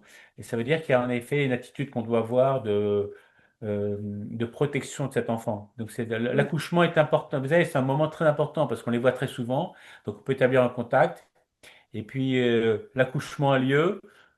En cas d'excision, il n'y a souvent pas trop de problèmes. Mais il faut vraiment saisir la période des suites de couches qui sont souvent très courtes pour voilà, établir ce contact pour la suite. Après, qu'on répare ou qu'on répare pas, c'est une autre histoire, mais Ben, oui, enfin, c'est- on n'a pas le droit de réparer, oui, une excision qui s'est soit déchirée spontanément, soit oh, bien sûr, ouais, bien qu'on a sûr. dû sectionner pour permettre la naissance, quoi. Ouais, Parfois, c'est demandé, mais c'est justement. ouais. Donc il faut faire ça. Donc il faut reprendre ça à tête reposée après. Et mais disons qu'il faut profiter vraiment de la grossesse pour échanger sur ce sujet. Et moi, je dois dire à titre personnel, pendant 2 ans, j'étais chef de service au Mali et 90% des femmes étaient excisées et je n'ai jamais vu d'excision. J'ai jamais regardé cette zone-là parce que j'avais occulté, vous voyez. Et donc maintenant, évidemment, la situation est différente. Et c'est un sujet donc, pour lequel il faut se préoccuper. Après, la réparation, pendant, après, c'est un autre sujet. Mais en tout cas, il faut se préoccuper de ce sujet-là parce que malheureusement, bah, ça existe toujours, hein, comme vous savez, Oui, quoi. oui, Ouais, et c'est en effet très fréquent au ouais, final si on y porte attention, surtout ouais, les excisions de type 1. Au final, si on ouais, commence à regarder quand on examine toutes les femmes ouais. Hmm. euh, qu'on examine, et bien en fait, au final, c'est D'Afrique d'Afrique de l'Ouest, c'est vraiment très fréquent. Hmm. Alors, moi, j'avais une question pour Patricia. Patricia, c'est finalement, euh, avec les réseaux sociaux, il y a une mondialisation. Et donc, d'après ce que j'ai compris, c'est que pour les adolescents, finalement, ils ont une réflexion entre bah, leur culture, qu'ils respectent et puis qu'ils apprécient, et le modernisme. Et entre les deux, parfois ils choisissent pas, ou ils choisissent plus tard. Mais est-ce que justement la position des parents, à votre sens, elle est différente? Est-ce que ça donne une situation d'adolescence plus compliquée en Afrique qu'en France? Est-ce que ça donne un élément encore plus de complexité pour ce passage de l'adolescence? Ou en fait c'est comme en France, mais en France, voilà, l'adolescence, c'est une période de transition, et même s'il n'y a pas une double culture, Mm, mais la mondialisation entraîne cette perception de ce qui se passe dans le monde entier, quoi. mm, mm. Oui, donc merci pour la question déjà. Et en fin de compte, il n'y a pas tellement de différence, c'est-à-dire entre ce qui peut se Ah, passer en France et ce qui peut se passer, enfin, en tout cas dans les capitales du Sahel, hein, puisque moi, c'est ce que je connais le mieux. Euh, mhm, mais disons, l'évolution des choses, en tout cas pour un jeune, tient énormément euh, à disons, à la compréhension du parent. Si on reprend plusieurs années en arrière, l'enfant était élevé dans le silence, obéissance totale aux parents, il n'avait pas le droit à la parole. Voilà, et même un tout petit, hein, il y a pas mal de travaux anthropologiques là-dessus, on ne s'intéresse pas à sa douleur, on ne s'intéresse pas à ce qu'il ressent. Et ça c'est encore vrai. Maintenant, l'adolescent d'aujourd'hui, il s'exprime beaucoup plus, il verbalise beaucoup plus, il s'oppose beaucoup plus. En tout cas, le faire. Ça veut dire deux choses. D'une part, que disons, les pressions, les injonctions parentales sont peut-être moins rigides, mais aussi parce que le jeune a des outils qui viennent de l'extérieur qui lui donnent cette ouverture et cette capacité à faire différemment que ce qui est prévu par la codification familiale, l'éducation par la grande famille, etc. Hein. Euh, oui, merci beaucoup pour vos présentations. Il y avait une dernière question, mais auquel on peut répondre rapidement. Je pense qui évoquait l'anorexie mentale chez les garçons, et bien sûr que c'est présent également. Enfin, ouais, je pense que... Oui, c'est présent. Après, c'est moins important, hein. C'est 0,2% la prévalence sur la vie chez les hommes. Mais oui, ça existe. Mm. Ok, merci beaucoup. Et du coup, on va passer à la deuxième partie et écouter le professeur Clémentine Hugol-Gentiane, qui est professeur des universités en sciences de l'information et de la communication à l'Université de Bourgogne et qui est spécialisée dans la communication alimentaire. Et elle va nous parler de l'image corporelle en lien avec les réseaux sociaux. Oui, Je vous écoute. bonjour à toutes, bonjour à tous. Merci beaucoup aux organisateurs, je suis ravie d'être là. Merci également aux intervenantes, c'était passionnant, les trois interventions précédentes et celle également de professeur Henri Jean-Philippe, donc c'était vraiment très très bien. Je vais essayer d'être à la hauteur du coup. Alors, moi, je vais revenir un petit peu plus sur le territoire national en France. Alors, bien évidemment, ça a été dit, hein, les réseaux sociaux n'ont pas de frontières, donc on va en parler également. Mais en tout cas, les chiffres que je vous donne là, par exemple ici, sont des chiffres sur la consommation française. À savoir qu'aujourd'hui, l'usage des réseaux sociaux chez les jeunes, elle est assez importante. Alors, d'une étude à l'autre, ça varie un petit peu, mais on va dire qu'en moyenne, c'est entre 3 et 4 heures de temps passé sur les réseaux sociaux. Pas sur Internet, hein, uniquement sur les réseaux sociaux. Donc réseaux sociaux qui peuvent être variés, TikTok, Snapchat, Instagram, etc. Mais un temps conséquent, donc passé dans la consommation de réseaux sociaux, avec plus de temps passé par les jeunes filles que chez les jeunes garçons. Il y a un petit différentiel.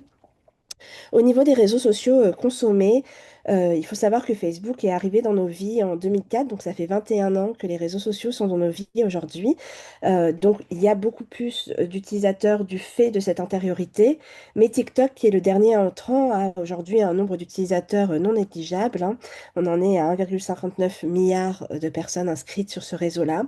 Et une des spécificités de TikTok, c'est vraiment son algorithme, sa manière d'être créé qui fait que tout est mis en œuvre pour que l'on y passe beaucoup de temps et qu'on ait une forme de consommation qui va être une consommation passive. C'est-à-dire que on va ouvrir la plateforme, une vidéo va apparaître, il va suffire de scroller et là, on va commencer à, de manière infinie, regarder un nombre de vidéos. Donc, c'est le champion du monde du temps passé, TikTok. On y passe beaucoup de temps parce que tout est fait pour qu'on y passe beaucoup de temps.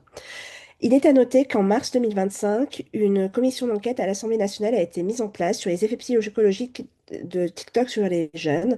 Et c'était lié au fait qu'une des parents s'était constituée en association, l'association Agos Victima, parce qu'ils avaient été confrontés à la dépression de leurs enfants, aux troubles des conduites alimentaires de leurs enfants, mais également, malheureusement, à des cas de suicide.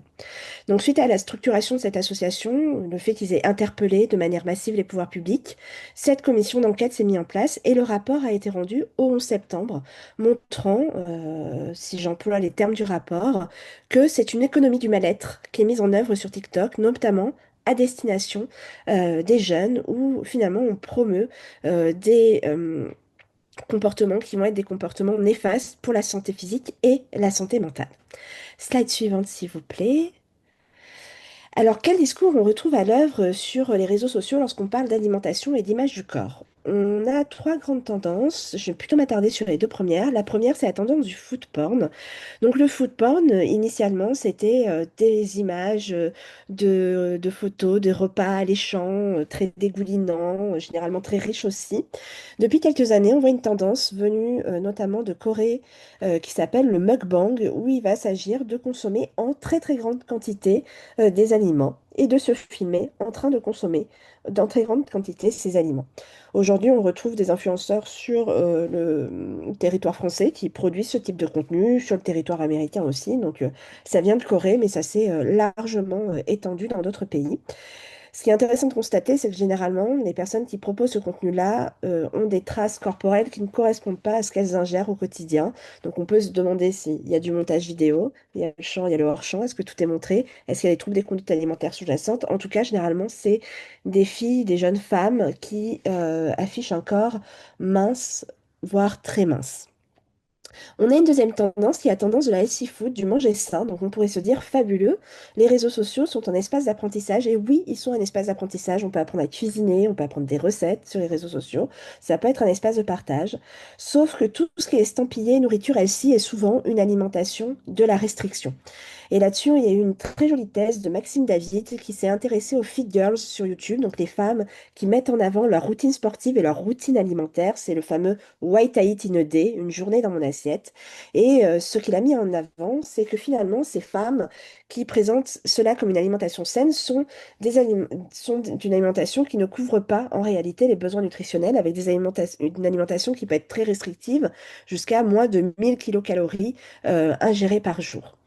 Donc finalement, ce qui nous est présenté comme quelque chose de très sain est quelque chose qui, en réalité, est de l'ordre de la restriction.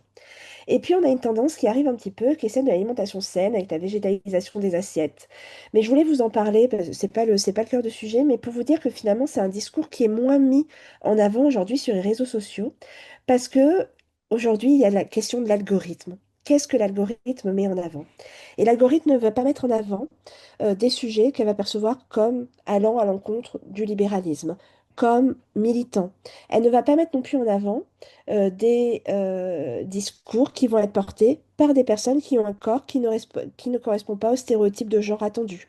Donc c'est pour ça que finalement, les personnes qui vont manger en grande quantité affichent un corps mince. Si elles avaient un corps gros, en réalité, elles seraient bien moins mises en avant par l'algorithme, au même titre qu'un corps dénudé est beaucoup plus mis en avant par l'algorithme, ce qui explique que les jeunes filles, souvent, mangent en brassière, sont à moitié dénudées, parce que en réalité, il y a plus de mise en visibilité.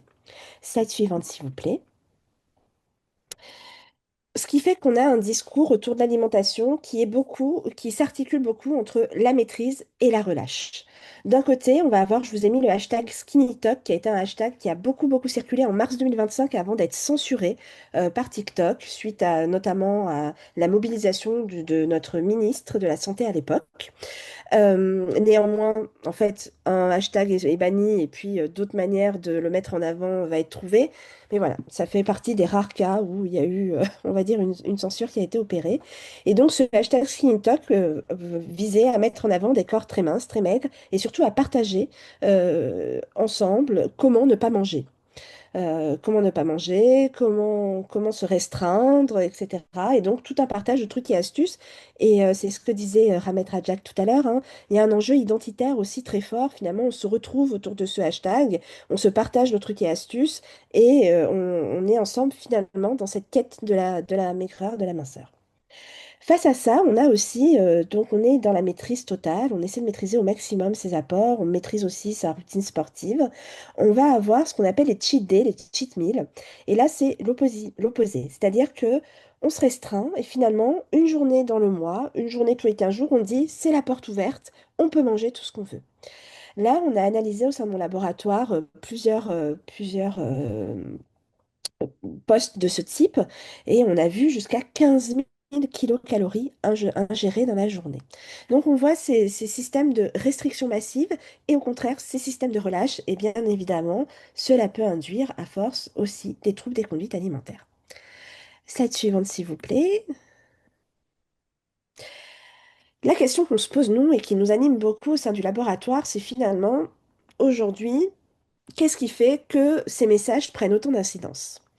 Alors, ils prennent autant d'incidence parce qu'ils sont matraqués, hein, on n'arrête pas de les voir, on passe beaucoup de temps sur les réseaux sociaux, on se retrouve dans une bulle algorithmique, donc si on commence à suivre quelque chose sur les régimes, on va se retrouver avec plein de contenu sur les régimes.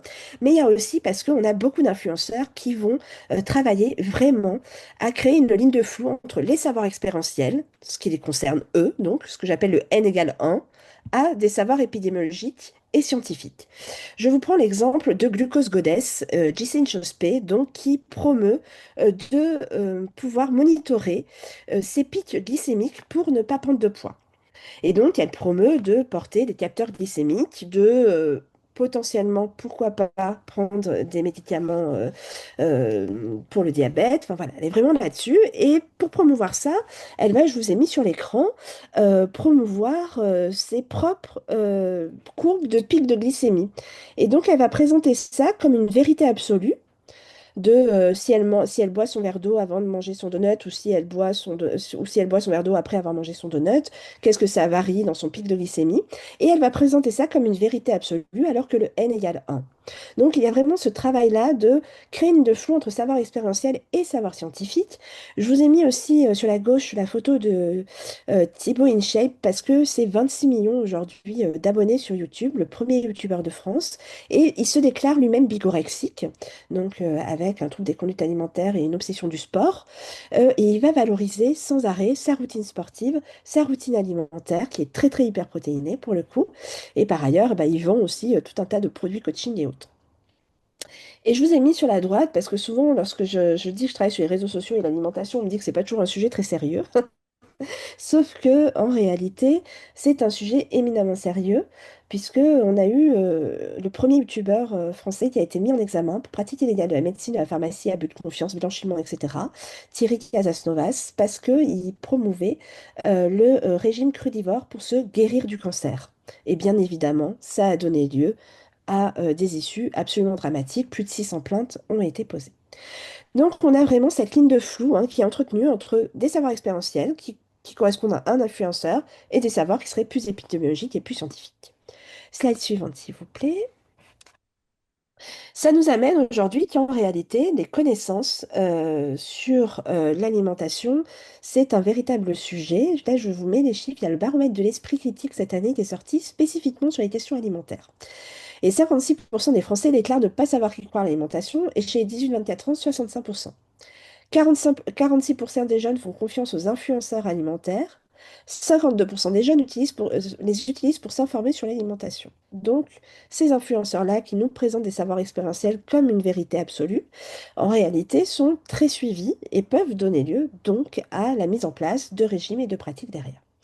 8 Français sur 10 partagent au moins une fausse croyance sur l'alimentation. Par exemple, 65% des 15-24 ans croient en efficacité des cures détox et 53% des jeunes pensent que les compléments alimentaires compensent une mauvaise alimentation. Donc on voit bien qu'il y a un enjeu aujourd'hui d'information autour de l'alimentation puisque finalement, une des manières de s'informer passe avant tout par les réseaux sociaux. Slide suivante, s'il vous plaît.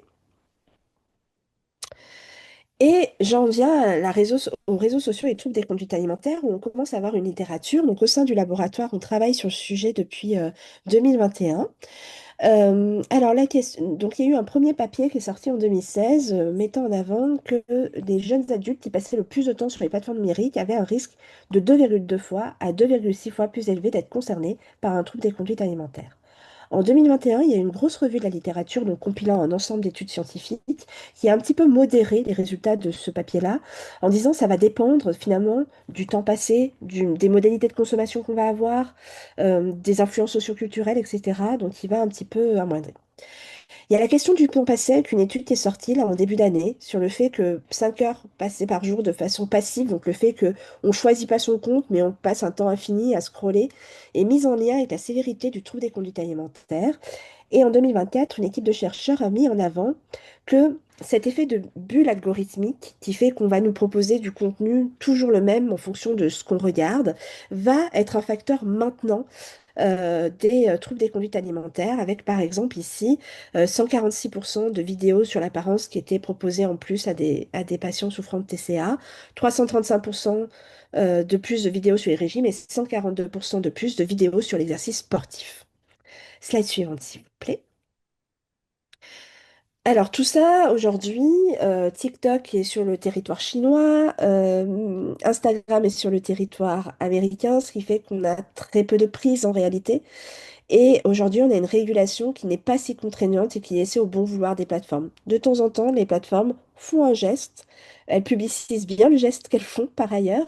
Elles en rendent bien compte. Mais en réalité, c'est une petite goutte dans l'océan. Et on voit bien qu'on a aujourd'hui véritablement de la désinformation alimentaire, mais aussi des groupes identitaires comme les pro-anorexiques qui sont des lieux où elles partagent aussi mais qui vont promouvoir les troubles des conduites alimentaires sur ces espaces de communication. Slide suivante. Alors nous, on a une thèse actuellement qui est menée par Léa Lopez au sein du laboratoire que j'ai la chance de diriger avec une de mes collègues, le docteur Ariane Picard. Et on s'intéresse, donc on passe dans les collèges et les lycées.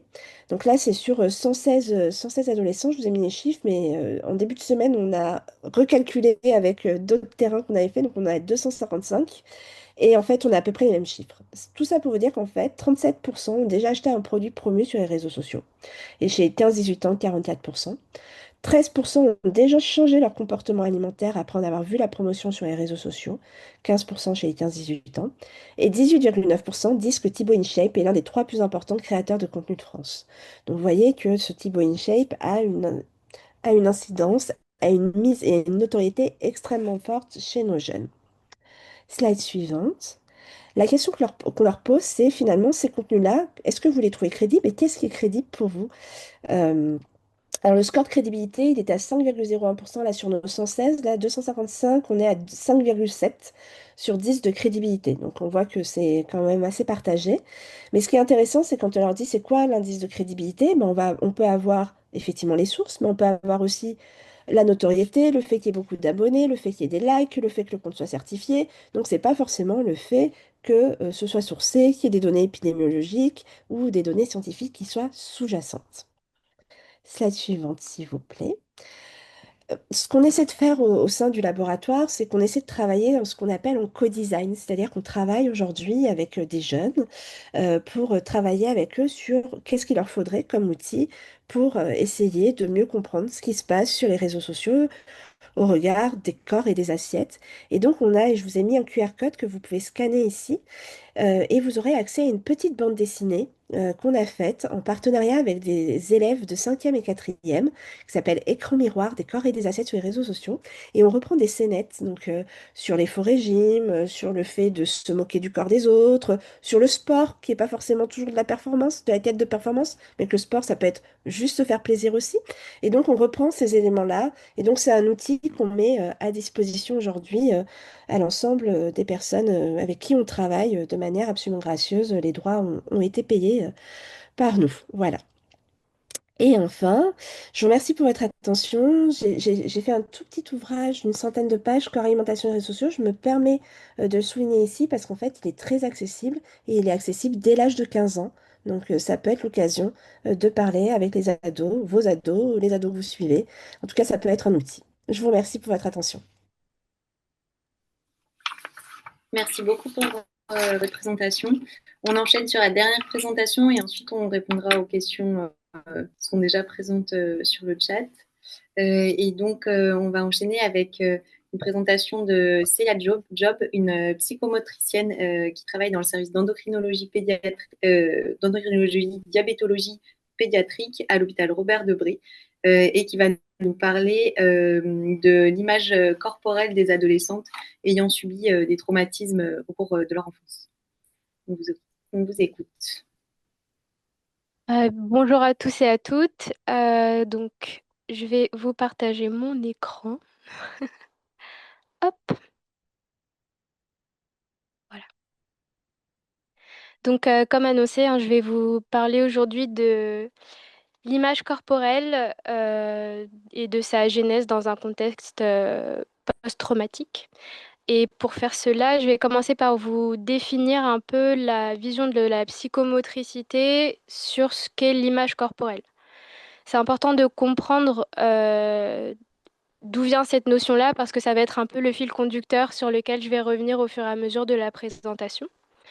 Le concept d'image corporelle en psychomotricité pourrait être séparé en deux contextes qui sont interdépendants, c'est-à-dire le schéma corporel et l'image du corps. Ces deux concepts-là, ces deux notions-là correspondent à des mécanismes qui vont évoluer au fur et à mesure du développement de l'enfant. Donc le schéma corporel, c'est un concept qui est plus neuroanatomique. C'est un fonctionnement physiologique qui est non subjectif, non conscient et automatique, c'est-à-dire que c'est indépendant de notre volonté et qu'il se met naturellement en place lorsqu'on a un patrimoine génétique qui fonctionne bien. Et donc, le schéma corporel, c'est une représentation cognitive de la position globale du corps et des mouvements. Donc, si par exemple, vous fermez les yeux et que je vous demande de lever votre main, vous êtes capable de le faire sans que ce soit sous contrôle visuel, parce que votre cerveau sait très bien où sont placés vos différents membres. Et donc, cette représentation-là, elle se construit grâce à différents systèmes sensoriels. Le bébé naît en n'étant pas une page blanche, bien sûr, mais en ayant des récepteurs qui sont immatures. Et donc, c'est à force des expériences, de toucher au moment des soins, d'interaction avec son environnement, de mettre de la terre dans la bouche, de tripoter des jouets, etc., que à travers les sensations proprioceptives, donc les sensations que les pieds envoient d'équilibre dans la colonne vertébrale, avec la vision, avec l'audition, avec les sensations vestibulaires, donc le sens de la position de la tête, qu'en fait on va construire cette image-là neurologique et inconsciente de où se situe notre corps dans l'espace. Notion qui est quand même fondamentale pour pouvoir bien utiliser son corps et être à l'aise à l'intérieur. Et donc comme je vous ai dit, c'est en lien avec la sensorialité beaucoup. Et la sensorialité évolue au fur et à mesure que le bébé prend conscience de lui et interagit avec son environnement. Donc c'est une notion qui est sans cesse réajustée de manière automatique au niveau du cerveau. Ça va être important de souligner ça, retenez bien ça pour tout à l'heure parce que je vais vous parler des particularités de l'adolescence. Et donc le schéma corporel, s'il est automatique et inconscient, il peut par contre être modifié par la douleur, qui, je pense qu'on a tous déjà eu mal quelque part et on se rend bien compte de à quel point une partie du corps se met sacrément à exister quand on a mal quelque part. Si on a mal aux dents, on ne prend pas souvent conscience de comment est sa bouche dans la vie de tous les jours, et bien là, on la sent bien. Ensuite, je vous présente la deuxième notion qui est celle de l'image du corps, fait plus partie du champ de la psychanalyse pour le coup et de la psychologie. Et donc Jérôme Boutineau, qui est un psychomotricien et psychanalyste, l'a définit comme les représentations psychiques affectées, donc affectives liées aux émotions, et subjectives, donc propres à chacun, du corps. Et encore une fois, ce sont des notions qui se construisent au fur et à mesure du développement de l'enfant, à travers la sensorialité, notamment parce que la sensorialité donne des informations positives ou négatives sur l'extérieur. Donc ça permet de se vivre à l'intérieur de son corps en étant à l'aise ou mal à l'aise. On retrouve aussi la notion de tonus musculaire, qui est un grand champ de la psychomotricité. Je vais essayer de pas trop m'étendre, mais pour vulgariser, le tonus, c'est un peu la force qu'on a tout le temps dans les muscles. Euh, on a tout le temps un petit peu de force dans les muscles parce que sinon on s'écrase sous le poids de la gravité. Et en fait, le tonus musculaire, autant il soutient les postures, donc ce qui permet de pas nous effondrer, et les actions, il est aussi très en lien avec les émotions. De sorte que, par exemple, si quelqu'un rentre dans une pièce et est tout tendu, on est capable de dire, avant que la personne ait dit quoi que ce soit, ou là, t'es pas de bonne humeur aujourd'hui, ou alors la personne arrive en étant toute molle et on dit, ah ouais, ça va pas fort, quoi. Donc le tonus, c'est une donnée qui est très en lien avec les émotions et qui est très en lien avec la communication humaine aussi. C'est un des mécanismes les plus primaires de communication, en fait. Le bébé fonctionne comme ça. Il est tout mou, il est détendu, ça veut dire qu'il est satisfait, tout va bien. Dès qu'il y a un truc qui va pas, il se tend, ce qui provoque un cri. Et là, l'environnement sait que ça ne va pas. Et donc, ça, encore une fois, je vous demande de le retenir pour tout à l'heure. Et donc, il y a plein de données comme ça qui permettent de construire cette image psychique. Mais moi, je veux qu'on s'arrête surtout sur la notion de l'enveloppe corporelle et de la peau. Parce que c'est une notion que la plupart des gens n'ont pas si on ne fait pas de la psychomotricité.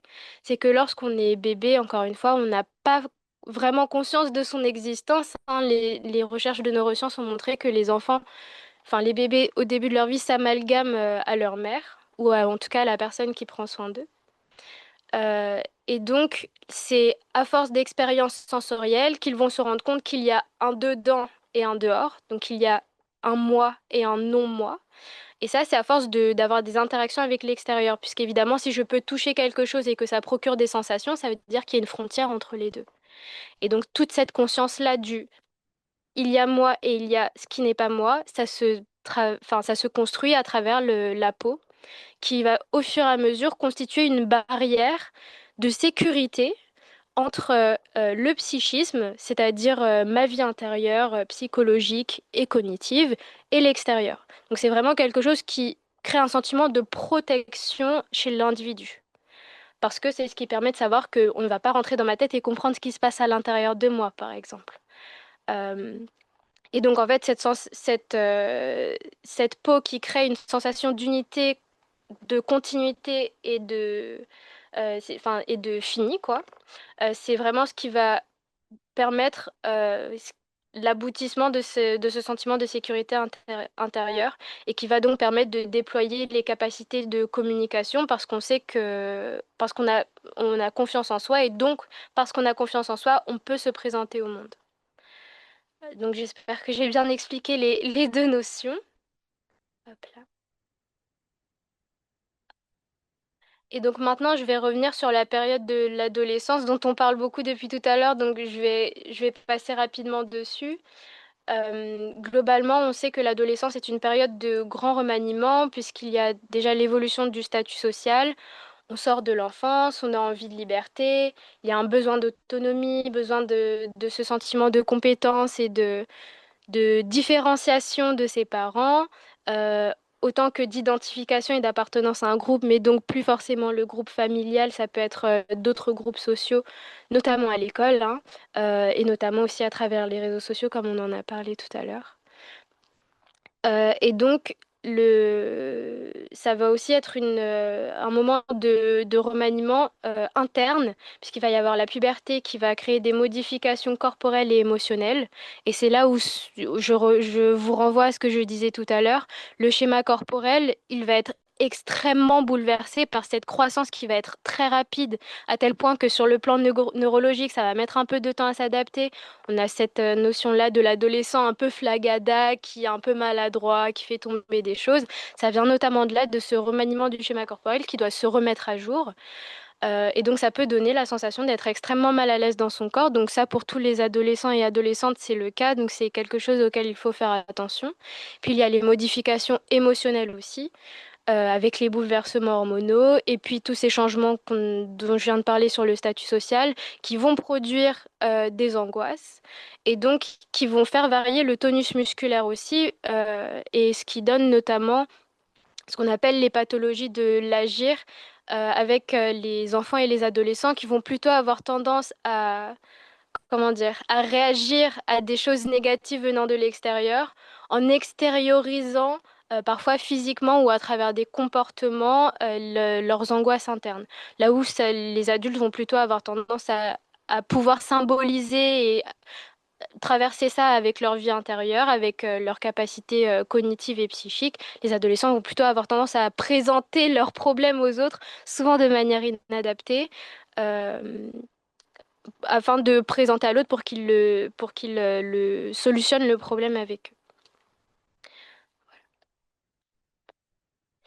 Et donc, je vous présente la troisième notion de ma présentation, qui est la notion de traumatisme. Alors, je vous ai choisi une définition que j'aime bien parce que je trouve qu'elle englobe un peu tous les concepts que j'ai envie d'aborder. C'est Louis Kroc qui en parle. Il dit on peut définir le traumatisme psychique, ou souvent appelé trauma, comme un phénomène d'effraction du psychisme et de débordement de ses défenses par les excitations violentes afférentes à la survenue d'un événement agressant pour la vie ou l'intégrité, qu'elle soit physique ou psychique. Donc un traumatisme n'est pas forcément une altercation physique. Ça peut être aussi un événement qui est mal vécu sur le plan psychique, et donc d'un individu qui est exposé, et là encore, il faut appuyer en tant que victime, témoin ou acteur. C'est-à-dire qu'un événement peut être traumatisant, autant pour quelqu'un qui en est victime qu'une personne qui assiste à cet événement qui est traumatisant pour l'autre. Donc par exemple, on parle de l'excision, ça peut être un événement qui est vécu violemment par, je ne sais pas, le parent qui voit son enfant enlevé, alors que le parent n'était pas d'accord. Ça peut être aussi vécu comme un traumatisme pour la personne qui y assiste ou pour la personne qui est actrice de l'événement traumatisant. Si par exemple, qu'est-ce que je pourrais donner comme exemple? Quand on force un enfant à faire quelque chose de traumatisant à un autre enfant, ça peut être aussi vécu comme un traumatisme. Et ça, ce sont des notions qui sont importantes parce que la personne, et surtout l'enfant qui n'a pas cette capacité, l'enfant et l'adolescent qui n'ont pas cette capacité de symboliser, ne vont pas comprendre pourquoi ils vivent aussi mal un événement alors qu'ils n'en sont pas victimes. Donc c'est important de pouvoir souligner cette notion-là. Et donc ce qui me ramène à ces notions d'image corporelle, c'est la notion qu'un traumatisme va constituer une effraction. Donc il va produire des sensations corporelles qui sont intenses. C'est vraiment un orage neurovégétatif où on va avoir le cœur qui bat, la respiration qui s'emballe, ou au contraire une impression de ne plus pouvoir respirer. On va avoir chaud, on va se mettre à transpirer. C'est vraiment un moment où on est paralysé dans le temps. Et les sensations corporelles sont tellement intenses qu'elles s'impriment en fait déjà dans le psychisme, mais aussi dans le corps. Une vraie mémoire du traumatisme qui s'installe dans les récepteurs sensoriels. Et donc ça va porter atteinte au sentiment de sécurité intérieure parce que ça va vraiment donner l'impression que quelque chose est rentré en soi. C'est vraiment, ces sensations sont brutales et sont imposées à la personne. Et donc ça va porter atteinte à ce sentiment dont je vous parlais, d'avoir une peau qui nous protège, qui est continue et finie, puisque ça va donner l'impression que n'importe quoi peut rentrer en fait dans son psychisme, y faire effraction et s'y installer contre notre volonté. Et donc ça donne, en particulier chez l'adolescent, une impression de changement radical de la personnalité dans cette période où la personnalité est déjà en plein bouleversement. Donc ça vient rajouter une dimension d'autant plus complexe. Et ce qui va constituer le traumatisme, en fait, ça va être la difficulté de la personne à assimiler ce qui est en train de se passer. Donc déjà, pour un adulte, un événement traumatisant, un adulte qui a des capacités de symbolisation, l'événement va être traumatisant d'une certaine manière, mais d'autant plus pour une adolescente, un adolescent qui n'a pas ces capacités-là de symbolisation, va avoir d'autant plus du mal à comprendre ce qui s'est passé et donc à intégrer en fait dans son psychisme, dans son cycle de vie, la compréhension de ce qui s'est passé. Et donc ça va créer notamment une difficulté à attribuer du sens aux choses dans cette période-là où la vie paraît déjà ne plus avoir beaucoup de sens, où on remet énormément déjà son environnement, sa famille en question. Ça va créer des modifications des perceptions corporelles, puisque je vous ai dit tout à l'heure que le schéma corporel pouvait être modifié par la douleur, donc autant physique que psychique. Euh, et donc dans ce schéma corporel qui est déjà en plein changement, ça va créer une impression parfois que son corps n'est plus à soi, une impression d'étrangeté dans son propre corps. Ça crée aussi une altération de la perception temporelle, et en fait la perception temporelle, elle fait partie des perceptions plus ou moins sensorielles, donc ça va créer un sentiment d'étrangeté, encore une fois, entre soi et son environnement. Et donc je vous ai parlé de la mémoire traumatique et j'aimerais aussi aborder le syndrome de répétition traumatique. C'est vraiment une caractéristique pathognomonique du stress post-traumatique, c'est-à-dire que quand quelqu'un vous parle de reviviscence, c'est-à-dire d'avoir des espèces de flashbacks où on revit sensoriellement ce qu'on a ressenti au moment du traumatisme, on sait que c'est un signe de stress post-traumatique que je vais aborder après. Mais donc c'est vraiment pour insister sur cette notion-là que les sensations ressentis au moment du traumatisme vont ressurgir de manière répétée chez l'individu qui va avoir vécu ce traumatisme et ça va altérer sa perception corporelle. Autant dans son schéma corporel puisque ça va créer de la douleur, mais aussi dans son image corporelle, c'est-à-dire sa perception de soi en lien avec les autres, puisque ça va créer une sensation négative, enfin un vécu du corps négatif, et donc une difficulté de se voir positivement dans le regard de l'autre aussi.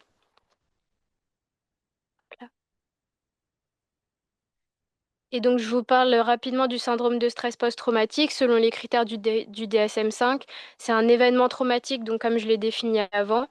Euh, il faut qu'il y ait l'événement traumatique. Ensuite, on va retrouver des symptômes d'intrusion dont je vous parlais, où on va avoir ces espèces de flashbacks qui vont revenir régulièrement, ces pensées négatives aussi qui vont revenir régulièrement en lien avec l'événement traumatisant.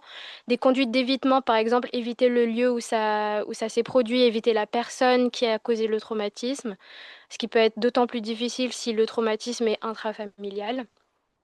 Une altération des cognitions et des humeurs liées à l'événement aussi. On va avoir tendance à avoir une hypermnésie, donc se souvenir très très bien de l'événement traumatisant, mais une amnésie du contexte, ce qui est extrêmement confusionnant, encore une fois, pour comprendre sa place dans le monde, d'avoir cette espèce de rupture en fait dans sa vie, qui pourtant est toujours en construction. Euh, et donc ça, chez l'adolescente en construction, ça va marquer une rupture dans son cycle de vie et donc une difficulté de avoir le futur en fait, puisque j'ai parlé aussi de la notion d'altération de la temporalité. Euh, le stress post-traumatique, on le définit à partir d'au-delà d'un mois après le traumatisme. À savoir qu'on peut vivre un événement que beaucoup de personnes trouveraient traumatisant et ne pas être traumatisé par l'événement. Ça va dépendre du concept enfin, que je vais aborder après, qui est le concept de résilience. Mais il y a la réaction immédiate, c'est-à-dire l'effroi, la sidération, tout ce dont je vous ai parlé, cet emballement neurovégétatif. Euh, Ensuite, il va y avoir le trouble de stress aigu, ça va être l'anxiété qu'on va ressentir après. Et lorsque le trouble, enfin, ce stress s'installe de manière durable, c'est-à-dire au-delà d'un mois, et qu'on va avoir ces reviviscences qui vont perturber la vie quotidienne, là, on parle de trouble de stress post-traumatique. Et donc, comme je disais, chez les adolescents et les adolescentes, il faut faire attention à cette notion de pathologie de l'agir, parce que là où on pourrait s'attendre à ce qu'une personne qui ait vécu un événement difficile se referme sur elle, il faut aussi faire extrêmement attention quand on voit un adolescent, une adolescente qui commence à avoir des conduites d'agressivité, que ce soit physique ou verbale, à avoir des conduites de fugue, à avoir des conduites addictives ou des conduites alimentaires qui ne correspondent pas aux conduites alimentaires habituelles, il faut se poser la question de ce qui a pu se passer.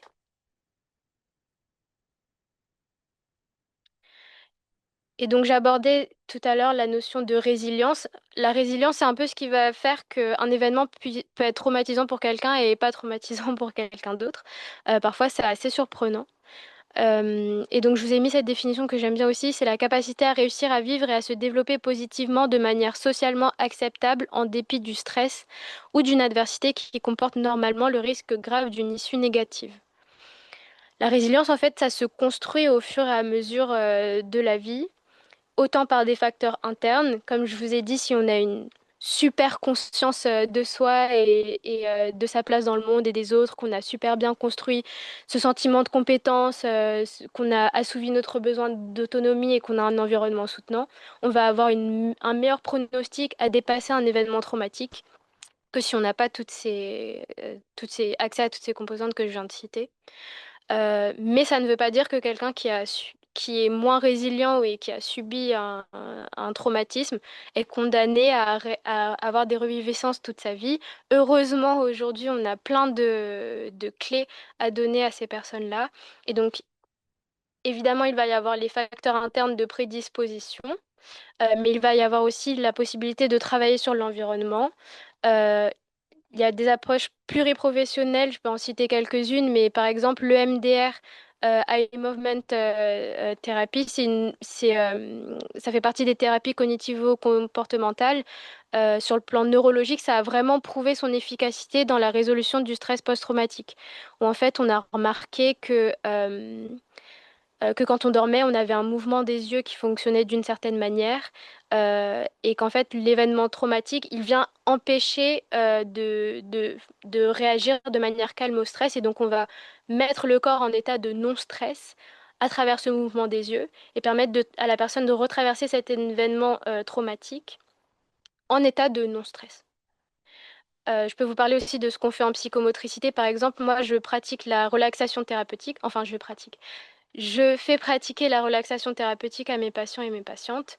Et en fait, ce que ça permet, c'est le contrôle du système nerveux et de contrôler ce passage qui se fait inconsciemment normalement entre le système parasympathique qui est en fait le corps au repos avec le cœur qui bat doucement, la respiration qui se fait doucement, le système digestif qui fonctionne, etc.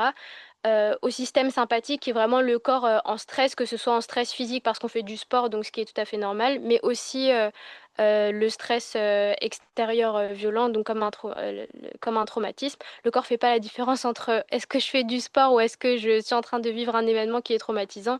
Ça va être à peu près les mêmes symptômes de j'ai chaud, j'ai le cœur qui bat vite, etc. Et donc si on peut arriver à faire prendre conscience déjà à l'adolescent, l'adolescente, que ces symptômes-là de stress correspondent en fait à quelque chose de tout à fait normal que le corps peut produire, par exemple, dans un contexte sportif. Et donc, ça permet déjà à la personne de dédramatiser et de se rendre compte que non, son corps n'est pas en train de mourir, même si c'est extrêmement désagréable ce qu'on est en train de ressentir. Et donc, permettre à l'enfant, à l'adolescente, d'apprendre à contrôler ce passage-là de mon corps est en état d'excitation neurovégétative à mon corps est en état de calme. Donc ça, il y a plusieurs techniques qui existent pour ça, qui sont vraiment, comment dire, qui sont en plus faites spécialement pour les enfants maintenant. On en avait pour les adultes, on en a aussi pour les enfants. Et donc ce sont des clés qui sont importantes, enfin c'est important de savoir qu'elles existent et de les avoir sous la main. Puis évidemment la pharmacothérapie lorsque c'est nécessaire. Voilà. Euh, je finirai par cette phrase-là qui, pour moi, symbolise un petit peu la synthèse des approches que j'ai énoncées, c'est-à-dire de démorcer la mémoire traumatique implicite et émotionnelle avec ses aspects délétères. Ça permet de réintégrer la mémoire explicite et narrative à une autobiographie libérant l'espace psychique. Donc il y a vraiment, en fait, toute cette phrase compliquée, ce qu'elle veut dire, c'est ce qui permet de dépasser le traumatisme, c'est d'intégrer dans son corps et dans sa compréhension, autant cognitive, c'est-à-dire comprendre factuellement ce qui s'est passé, mais aussi au niveau psychique, être capable de comprendre les dynamiques émotionnelles qui se jouent à ce moment-là. C'est ça qui permet de dépasser le traumatisme. Et alors évidemment, encore une fois, quand on est adolescente et que la vie est en énorme remaniement, c'est extrêmement difficile de trouver une compréhension de ce qui s'est passé.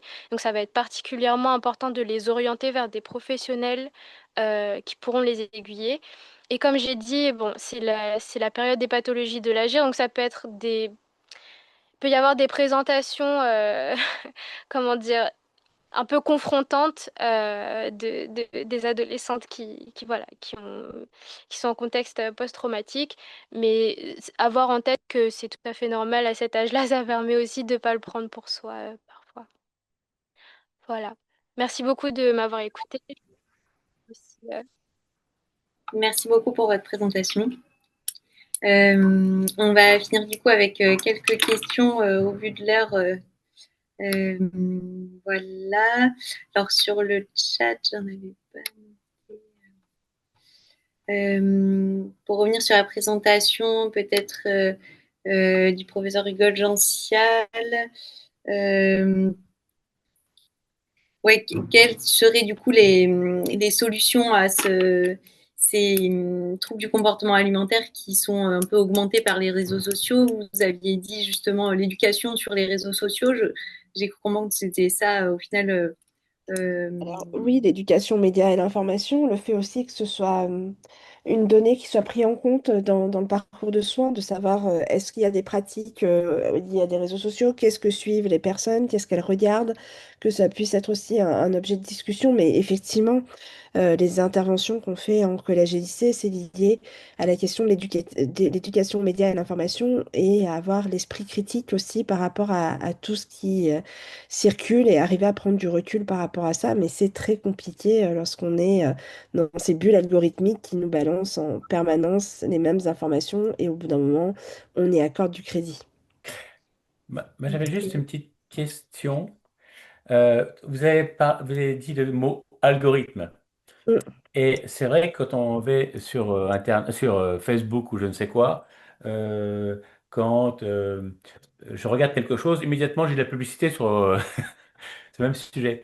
Et je me demandais si vous, universitaire dans ce domaine, si ce serait pas possible que lorsqu'un influenceur qui parle de quelque chose, automatiquement, eh ben, il y a un scientifique qui va dire la vérité. Vous voyez qu'il y a un message Alors, qui apparaît secondairement. Parce Alors ça que, se fait un peu hein, dans des vidéos qu'on appelle le debunk, où on va débunker. ouais, Néanmoins, c'est malheureusement des vidéos qui font bien moins de vues que des vidéos qui vont être plus courtes, qui vont être sur les ouais. enjeux émotionnels. C'est vraiment l'économie de l'attention, hein. Aujourd'hui, sur les réseaux sociaux, c'est des vidéos d'une minute trente. Donc en plus, on n'a pas le temps de faire des choses qui vont être nuancées la plupart du temps. Et lorsqu'on fait du debunk, on est là pour justement apporter de la nuance la plupart Ah. du temps. Et en fait, c'est des formats qui marchent beaucoup moins et qui par ailleurs sont bien moins mis en avant par les algorithmes aussi. Bon, il faut changer ça.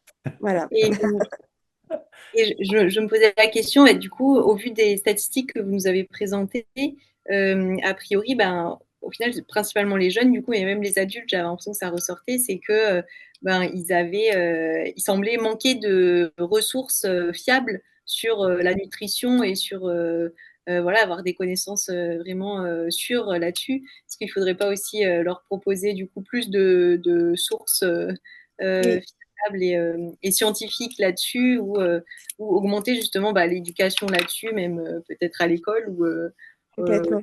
ouais, Oui, oui, collège. il y a vraiment effectivement aujourd'hui un manque de connaissances sur le sujet et ne pas savoir où est-ce que je peux trouver de l'information. C'est ce qu'on appelle, nous, l'espace de recevabilité, en fait. Ce manque-là crée un espace de recevabilité pour des influenceurs parce que, du coup, bah, ils prennent une part qui n'est pas prise par quelqu'un d'autre, en réalité, et ça va être très suivi, très vu.